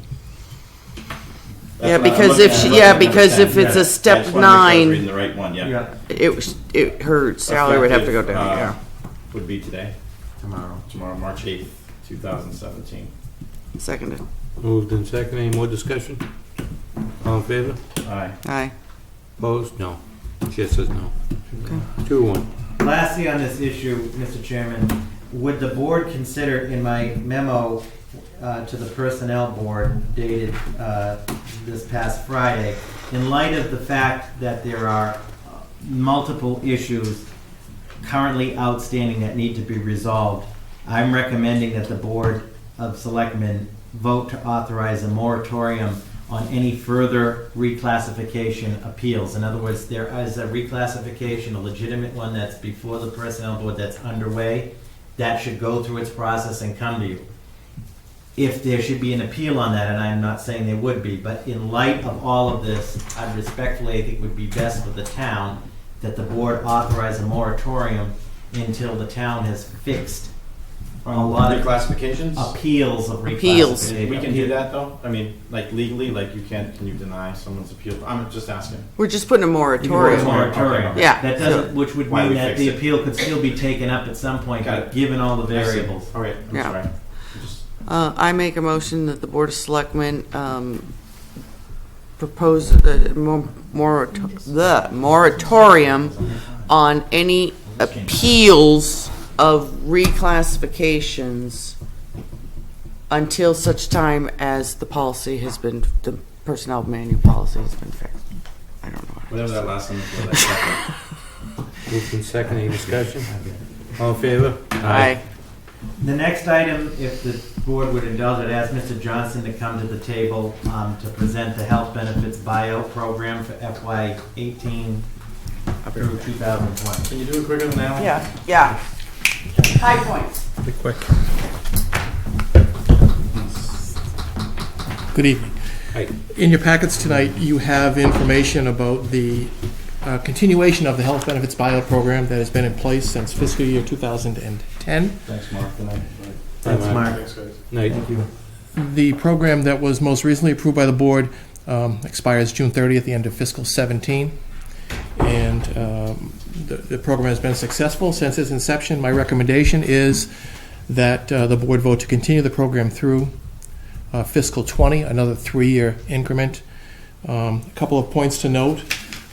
Through fiscal 17, the town has seen a cumulative budget savings of about $636,000 through employees who have opted out of the program and received a stipend in exchange for that. 19 employees have participated, 17 currently do, and if you were to renew the program tonight, the estimated savings for the next 3 years is just about another $600,000. So at the end of 2020, it'd be about $1.2 million in cost avoidance and budget savings for the town. Good, solid program. It's worked well. It's benefited both the town with some ease on the budget and the employees. Kevin, is everybody, the guidelines we set, everybody's, not like opting out and then getting in and then No. getting out to No. take the... That has not happened. All right. As you just spoke, it has not happened at all. Okay. And I'm assuming it's an enrollment time, right, too? It's not like you can just step out and step back in, right? Actually, just in January, 2 employees chose to opt out because they had the opportunity to get benefits with another provider. Okay. So just in January, we added 2. Trump care. Coming back in would require open enrollment or a qualifying event. Okay, all right. Okay, that's all I have. I make a motion, as spelled out by the payroll benefit manager, to extend the health benefits buyout program until 2020. Yes. Seconded. Moved and seconded. Any more discussion? I just got one. What are we offering for the buyout? How much? Individuals receive $5,000? $5,000 for family and $2,400 for individuals. Okay. That's the stipend. Okay. But I mean, it's a Yeah, but you look at it, I'm not to get into it, but it's a pay raise. I mean, you're getting benefits paid for by the town. You take away the benefits. You're ultimately, you're taking away that whatever percentage the town pays. So you make it up by, I mean, that's how I would do it, my business, but. Stipend subject to retirement? In this case, it is not. Yeah, I didn't think so. Okay. All right. Any other questions? All in favor? Aye. Aye. Opposed? Thanks for hanging around, Kevin. Thanks, Kevin. Sorry to keep you so late. And lastly, you have the FY 2018 cost of living adjustment COLA recommendation from the Personnel Board. As the board's aware, it's the authority of the Personnel Board to make an annual recommendation on the COLA, in this case for FY 18. It's subject to approval by the Board of Selectmen and ultimately subject to approval by town meeting. You have their memo, which is consistent to pretty much most of the communities throughout the Commonwealth. They're recommending a 2% COLA increase to the non-union pay scale effective July 1st, subject to approval and appropriation by town meeting. Another 2% for the business. Sorry. You're on the mom line. I do it all the time. I make a motion that the. I'm sorry. Did I interrupt anybody? No. I don't know if anybody was. I just. No, I'm waiting. I didn't know if No, I'm anybody was waiting. to talk. Waiting for you to spit it out. Yeah, I make a recommendation that the recommendation for the COLA for FY 2018 be at 2%, as outlined by the Personnel Board. Seconded. I had to remember what to say. Moved and seconded. Does that mean the Board of Selectmen gets 2% for it? Yeah, do we get a 2%? Because we earned it tonight. Well, we do need to discuss. Didn't even get any candy We haven't to had munch one on. since No, we 2007, something. Yeah, I was elected. You guys cut it. Yeah, well, that's why. Read the writing on the wall. Okay, I'm sorry to digress. All in favor? Aye. Okay. Anything else, Robert? No, right? No, that's it. Oh, Just God. the meeting date for March, which you have. Okay, yeah, Tasting the the, show again? huh? Tasting the show, yeah. Tasting the show was on. Yeah, I knew it Thursday. as soon as I saw it. Monday or Wednesday, can we meet there? Is there any chance of doing a Thursday, or is that too bad? I have. Thursday. I have no problem with it. What- childcare stuff. Yeah, Thursday. What day Thursday? The 23rd of March. whatever. I can even do it, or like 23rd of March. Yeah, I guess. That work? Yeah, that'll work. I mean, I can figure stuff out, but if it's okay with you guys. That'll let's work. do it. No, Thursday will work. 22. I'll miss Big Bang Seven. Theory for you. Thursday, March 23rd at 7. DVR.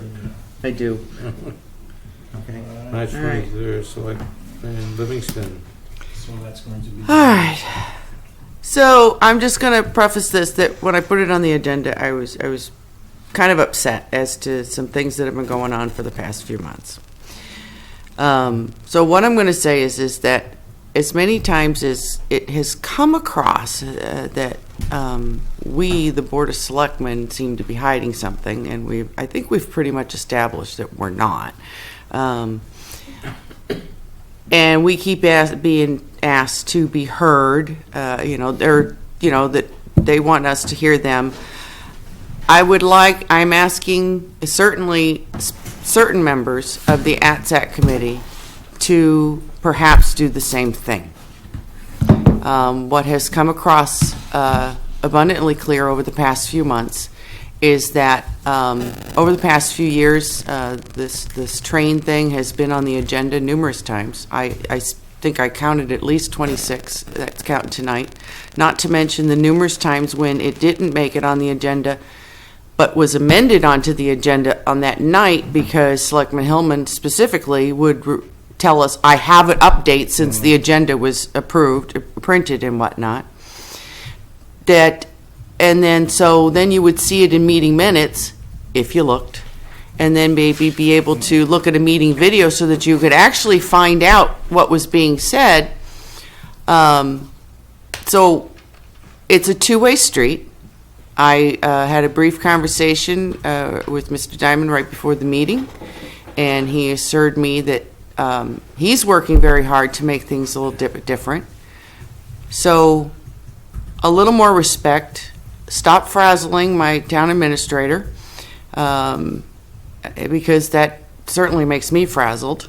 I have no doubt it affects them in some way also. But if you want us to hear you, maybe you could be courteous and hear us also, because we're doing everything in an open meeting. And the little remarks and the emails and the comments are a little offensive to us also. So let's start anew, because you were appointed to be a conduit, and there have been numerous times you weren't here, and you've made it clear you weren't listening. So fair's fair. Thank you. That's it. Not to belabor this, but just because you disagree doesn't mean something's weak, or disagree all the time doesn't mean we're doing anything wrong. Or That's have an right. agenda. That's or right. anything like that. That's the And unfortunate we part. do it all in open meeting, People so. disagree with us, we have an agenda. I don't like you guys. Yeah, no, it's fine. Can't stand you two. Yeah. Okay, Chris, Just Robert, we're still working on this, and we don't need to get into the tax status of the Emmanuel Baptist Missionary Church. there's a car there Sunday. Yeah, I went Sunday too. Didn't know the doors were locked. I've been showing up from Mass every Sunday for the last month. As you're aware, we sent the letter that this board requested. We got the response. Town council and the assessor reviewing that. As you know, there's a whole process on the tax piece.